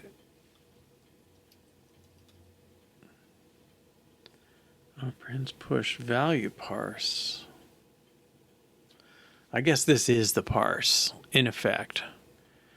It's almost like a classical compiler does tokens and then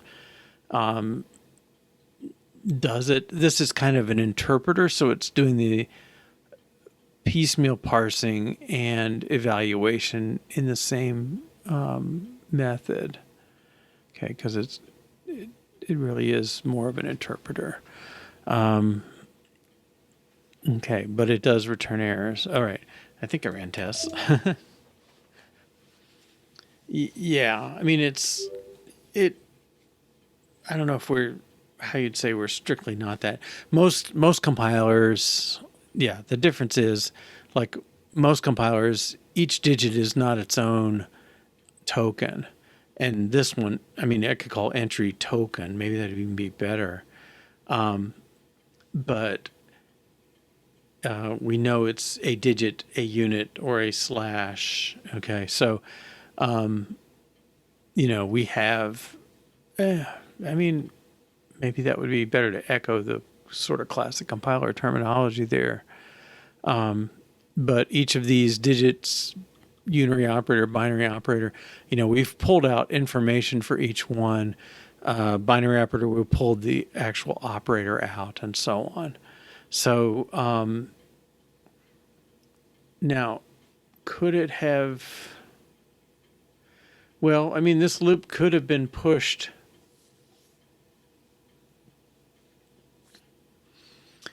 maybe it could be done earlier.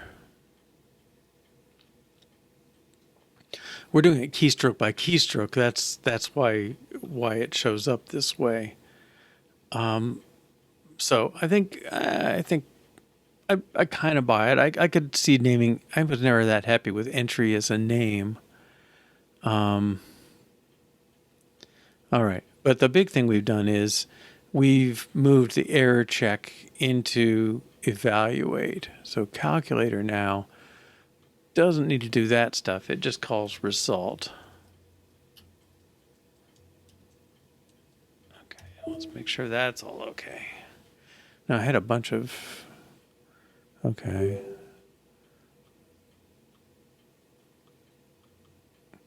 Really, is that the same one?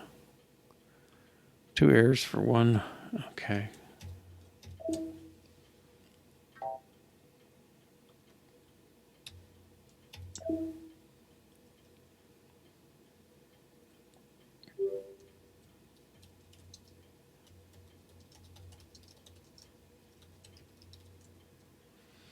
Okay, so we moved an error check in. That's a good thing.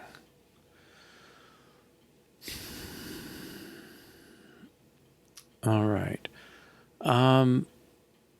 Now equals.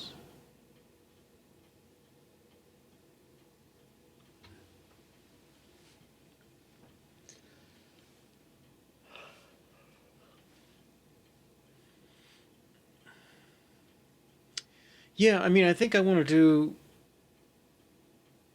evaluate.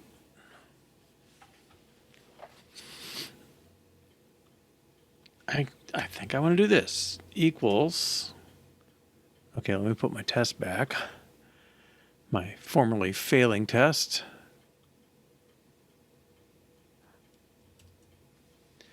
Memory can add value. Well, it doesn't see it.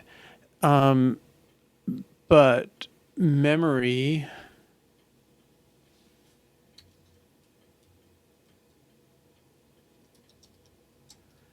equals memory plus result. Is result a value? Yes. Okay. Well, I think it should clear the input.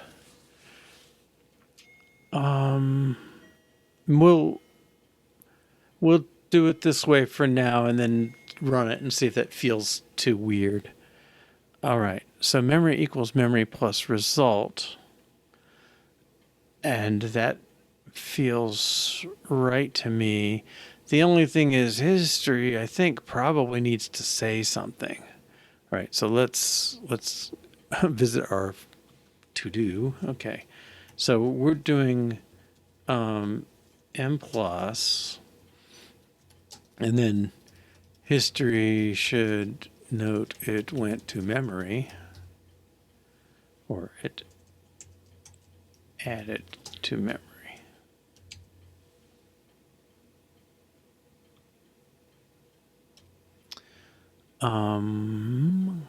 Okay.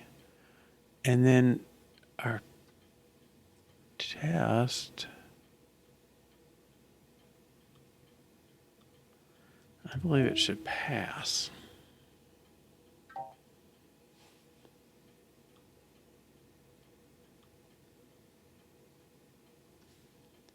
Is that gonna... Well, let's hope that works. They're value objects. Do they really get treated that way? Yeah. So, prefer...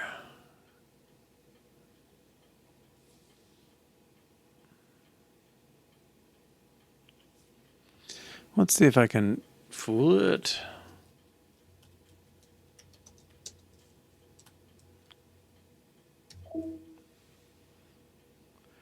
I mean, prefer them sounds like, oh, that's pretty optional. Okay.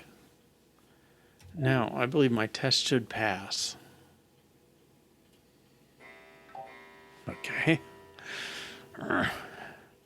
Hey, that's the failing one.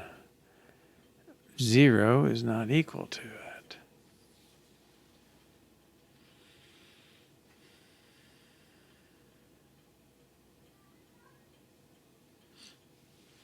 Okay, so we ran the display.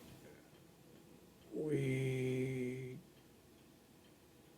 take memory. We take calc.memory and then check it. Okay, so I'm feeling a little bit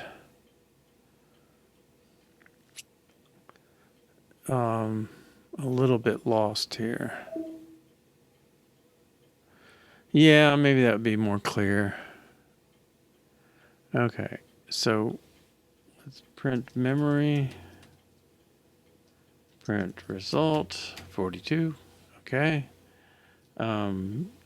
Step over, and print memory should now be 42. Okay, so I'm doing something wrong to get this back. Okay, print calc.memory, 0.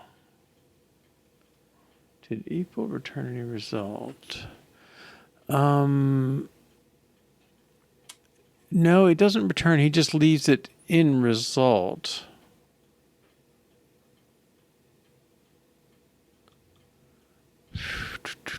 Which is a value.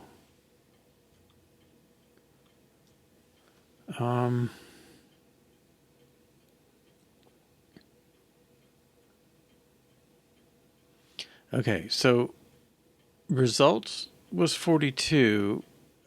We executed this line. Memory became 42. And that is my test throwing it away or something.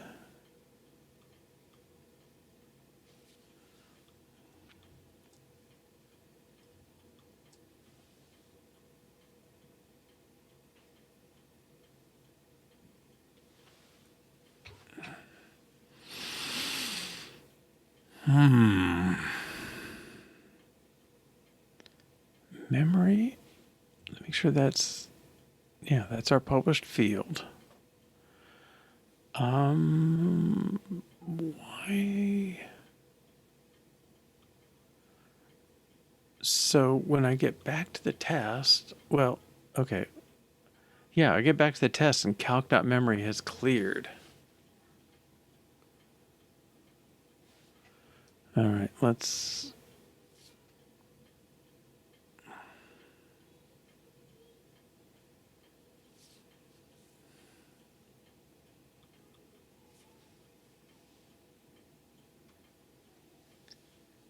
Calc. We're giving it a calculator. Well, it's sure looking like it.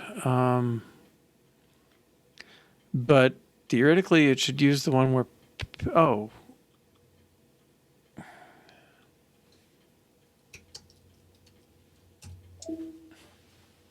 Yes, is the answer. All right. Print calc.memory. There we go. Good call. Thank you. I hate it when you. It's. You just explain why it can't happen, and you look at it. Oh wait, but it can. Okay. I wish I could hit the right keys here. Yeah.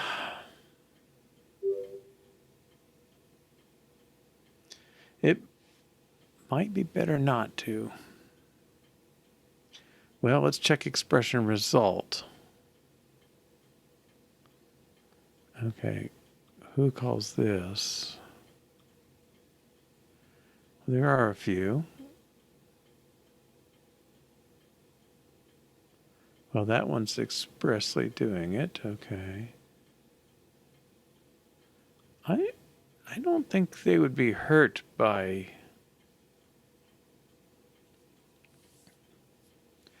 Yeah, let's take that off. At least this one. Let's see if I do this cleverly. Okay. Now this one needs to pass the calculator, and this one we can do new calculator.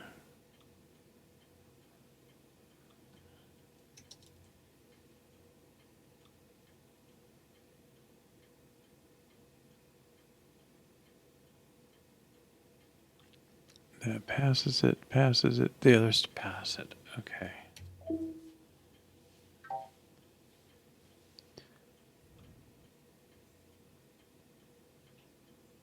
Expression result of calculator.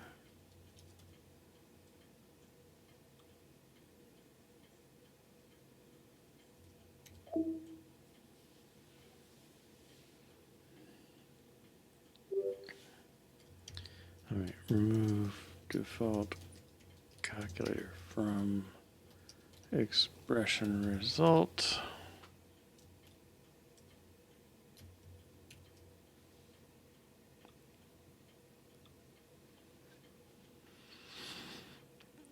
Okay, and then this one.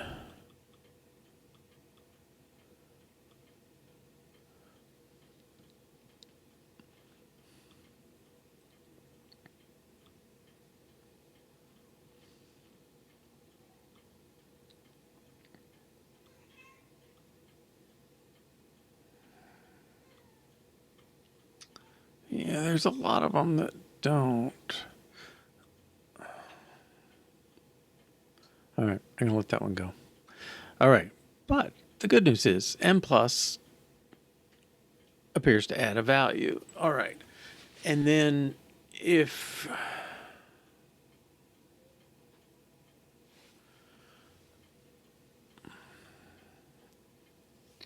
okay, I think now we can check our clear.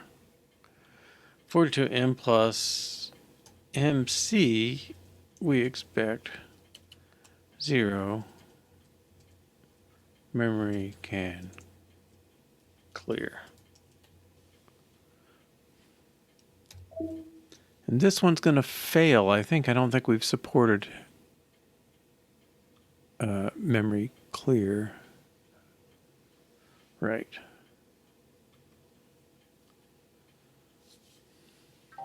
Okay.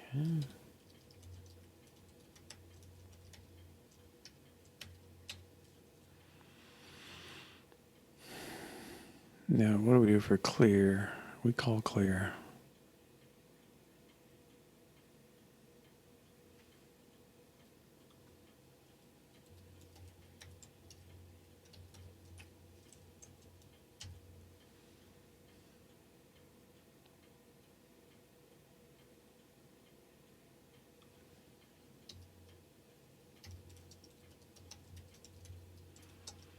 Oh, I can see another test coming.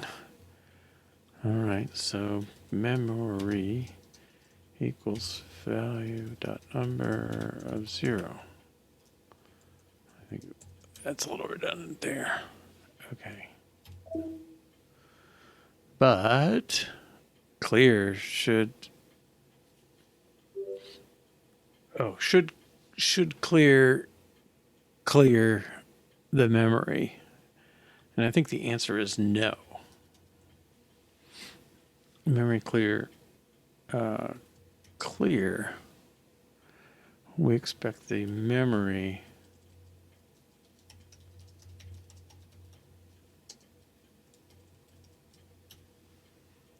to remain the same.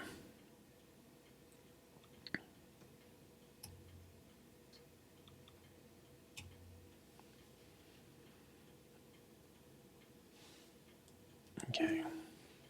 And that should pass.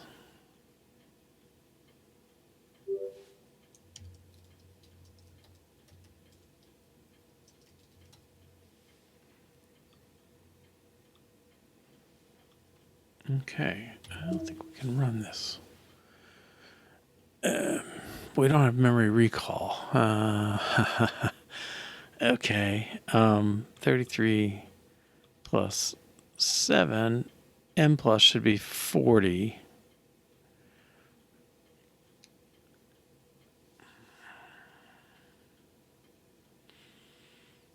I don't think we have a way to see that. All right, I guess we'll need one. All right, now memory recall.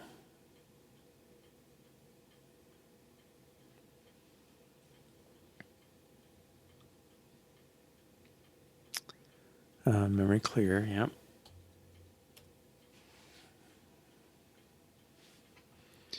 Well, we can split these two.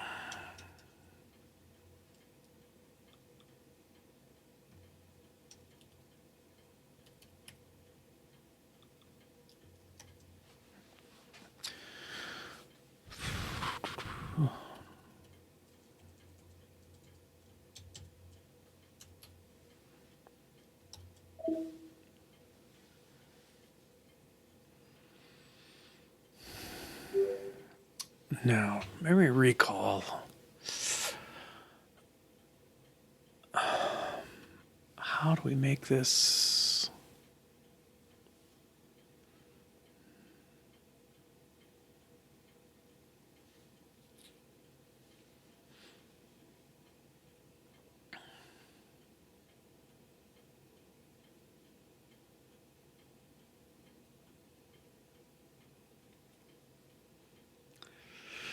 That's the good question.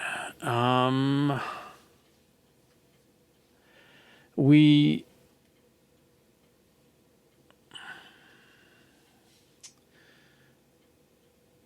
have a value. So in principle, we could print it and get the characters.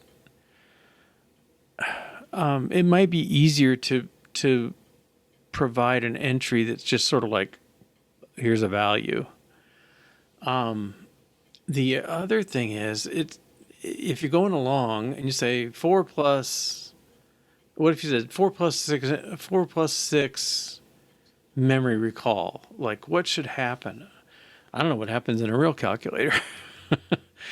I don't need that one. I keep bumping it. Let's clear and clear. If you do 47 M plus, clear. 4 plus 7 memory recall. Is it 51 or something else? It's 51. So memory recall replaces the last operand, basically. Now, I think we could kind of feed it in.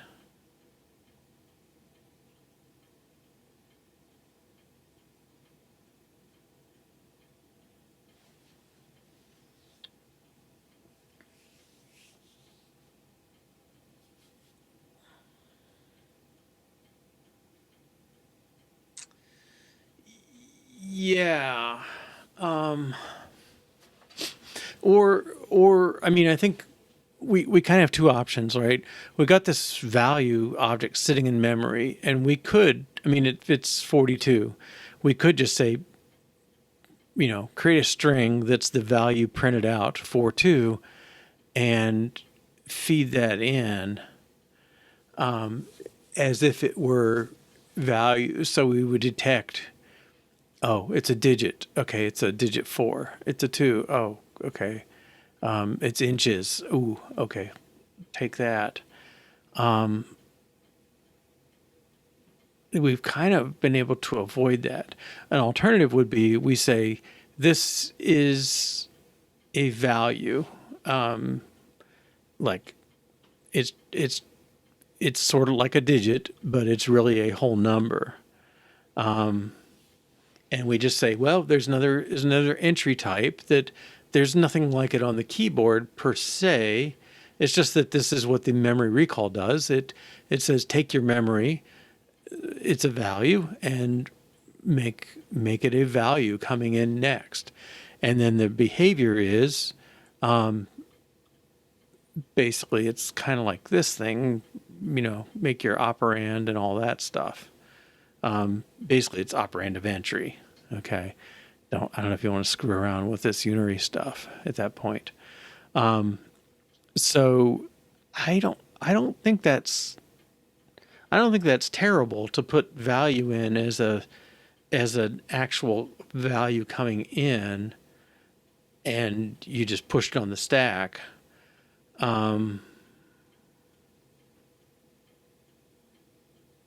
Now, maybe it.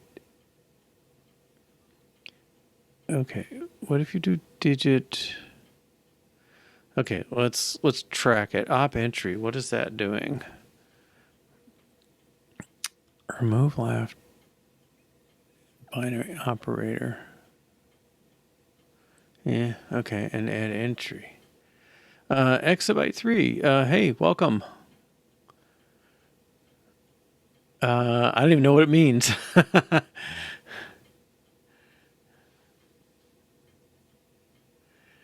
If it's something I'm supposed to turn on, I didn't turn it on.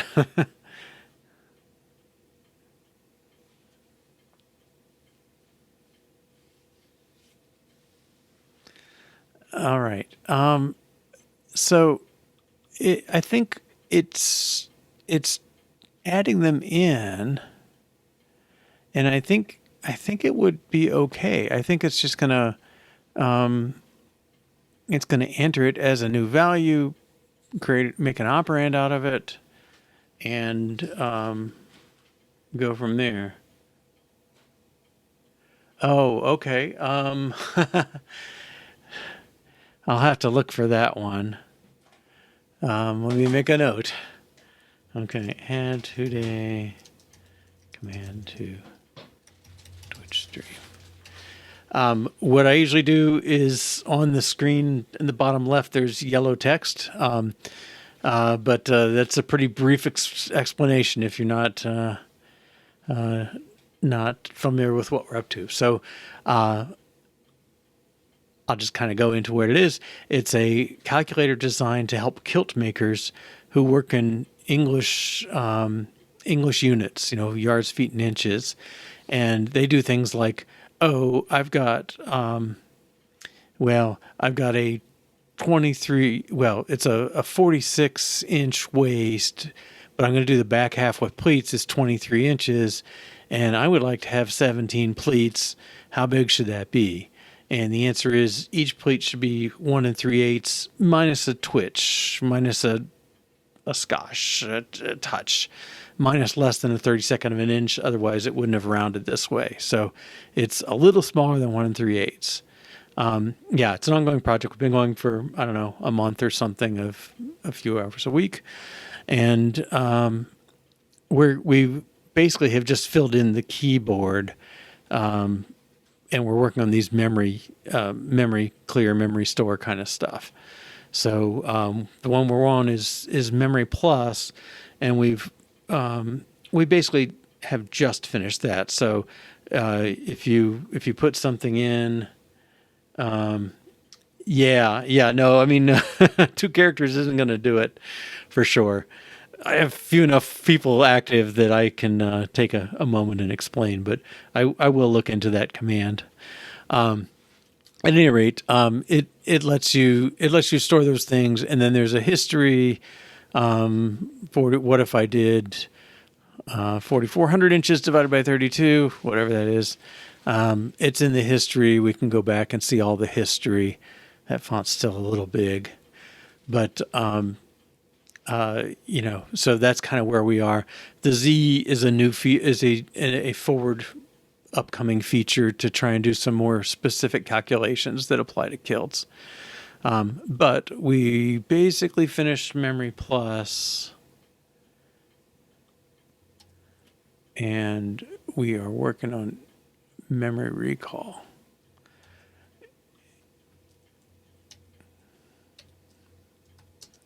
Okay. And let's see. So I don't know. We're on, what is this? We're on episode 19. So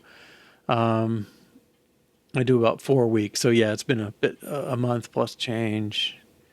Okay, cool.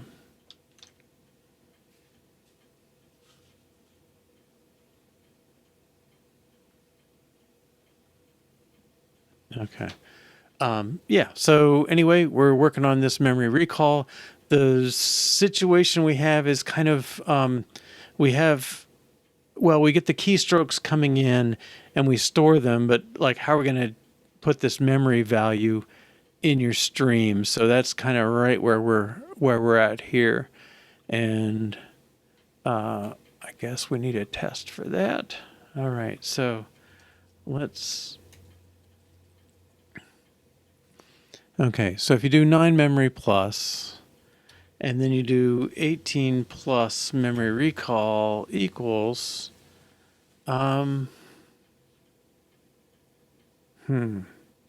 this is not going to fit our test format.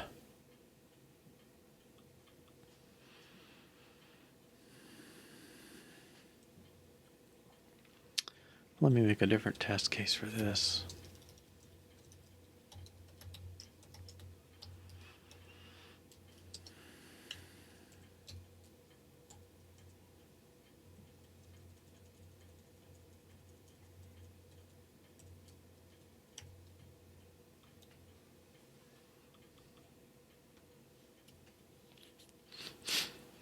Okay, I can put types in here. So 9 plus 18 is 27. Okay,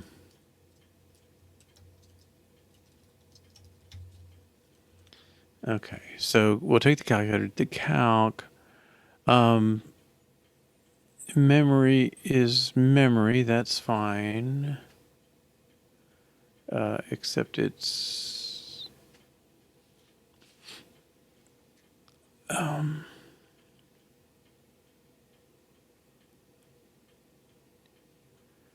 guess I gotta do a plain old assert.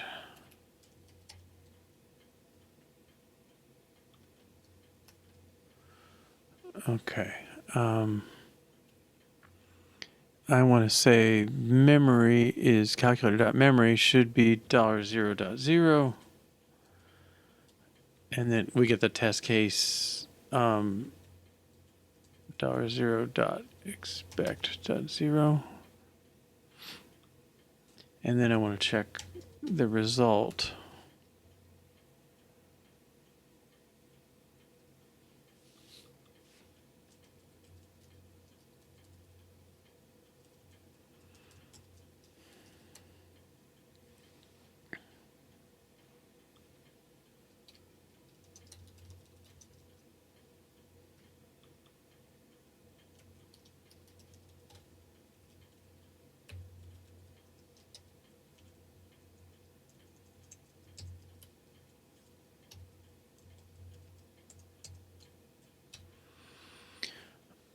Okay, calc dot result, and this is 1.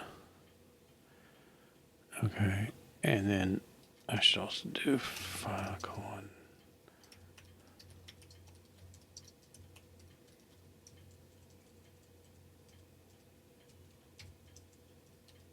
Okay. All right, so now we need to see both memory and the result. So we take the calculator, we basically run it, display basically runs all the steps that we just gave it, and then we can peek into the calculator to get memory and result, and this thing's going to fail.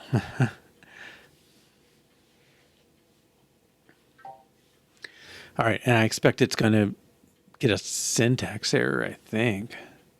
No, it just gets 9. Oh, this is not. Oh, yeah, 9 memory plus 18. Well, I would have thought I would have thought we got a syntax error, that it thinks it's got 18 plus, and then memory recall doesn't do anything, right? It should just print an error. I don't know if it did print that error.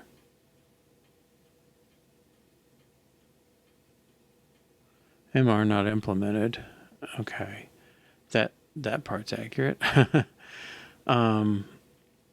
Why it got 27? Let's double check this test. Let's make another simpler example.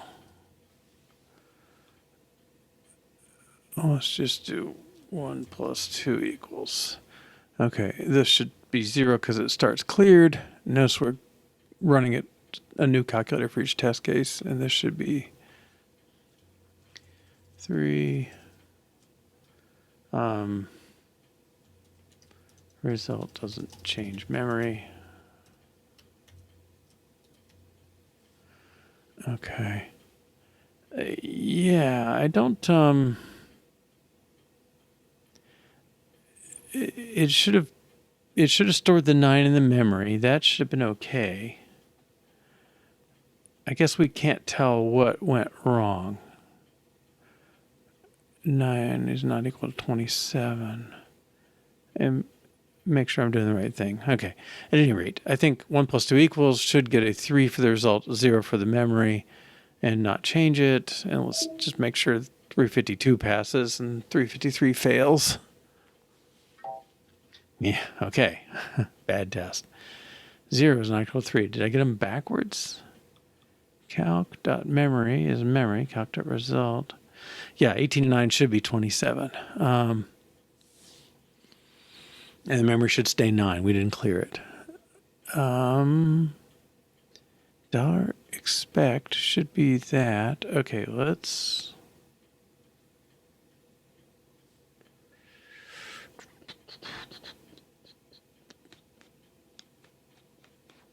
I don't get it. I think it should be 18 plus, and then... Oh, there's no memory. 18 plus equals. You think that would be a complaint. Well, let's check that. Okay, this is sort of a remote debugging, or this should fail. I mean, it should get a syntax error. Okay, 0 is not equal to 3. It's like I'm asserting the wrong thing. Memory should be expectation field 0, and oh yeah, I am asserting the wrong thing. Result, all right. Yeah, here we are. We're testing the test. Okay. This should get the error. Yeah, okay. Yeah, we're on track. Result doesn't change memory. Okay, that was the previous one, so this is fine. And this expression can end with an operator. Okay, that is the behavior I'd expect. And this is, yeah, it definitely should with this not working. And boy, Ted Young is very on top of this one. Like, make sure you understand the failing expectations just as much as you want to understand the passing ones. And in this case, yeah, we expect 18 plus equals to be an error, and 1 plus 2 equals should have passed. Okay, make sure just the one is failing, but now we're on track. Good. Okay. Oh.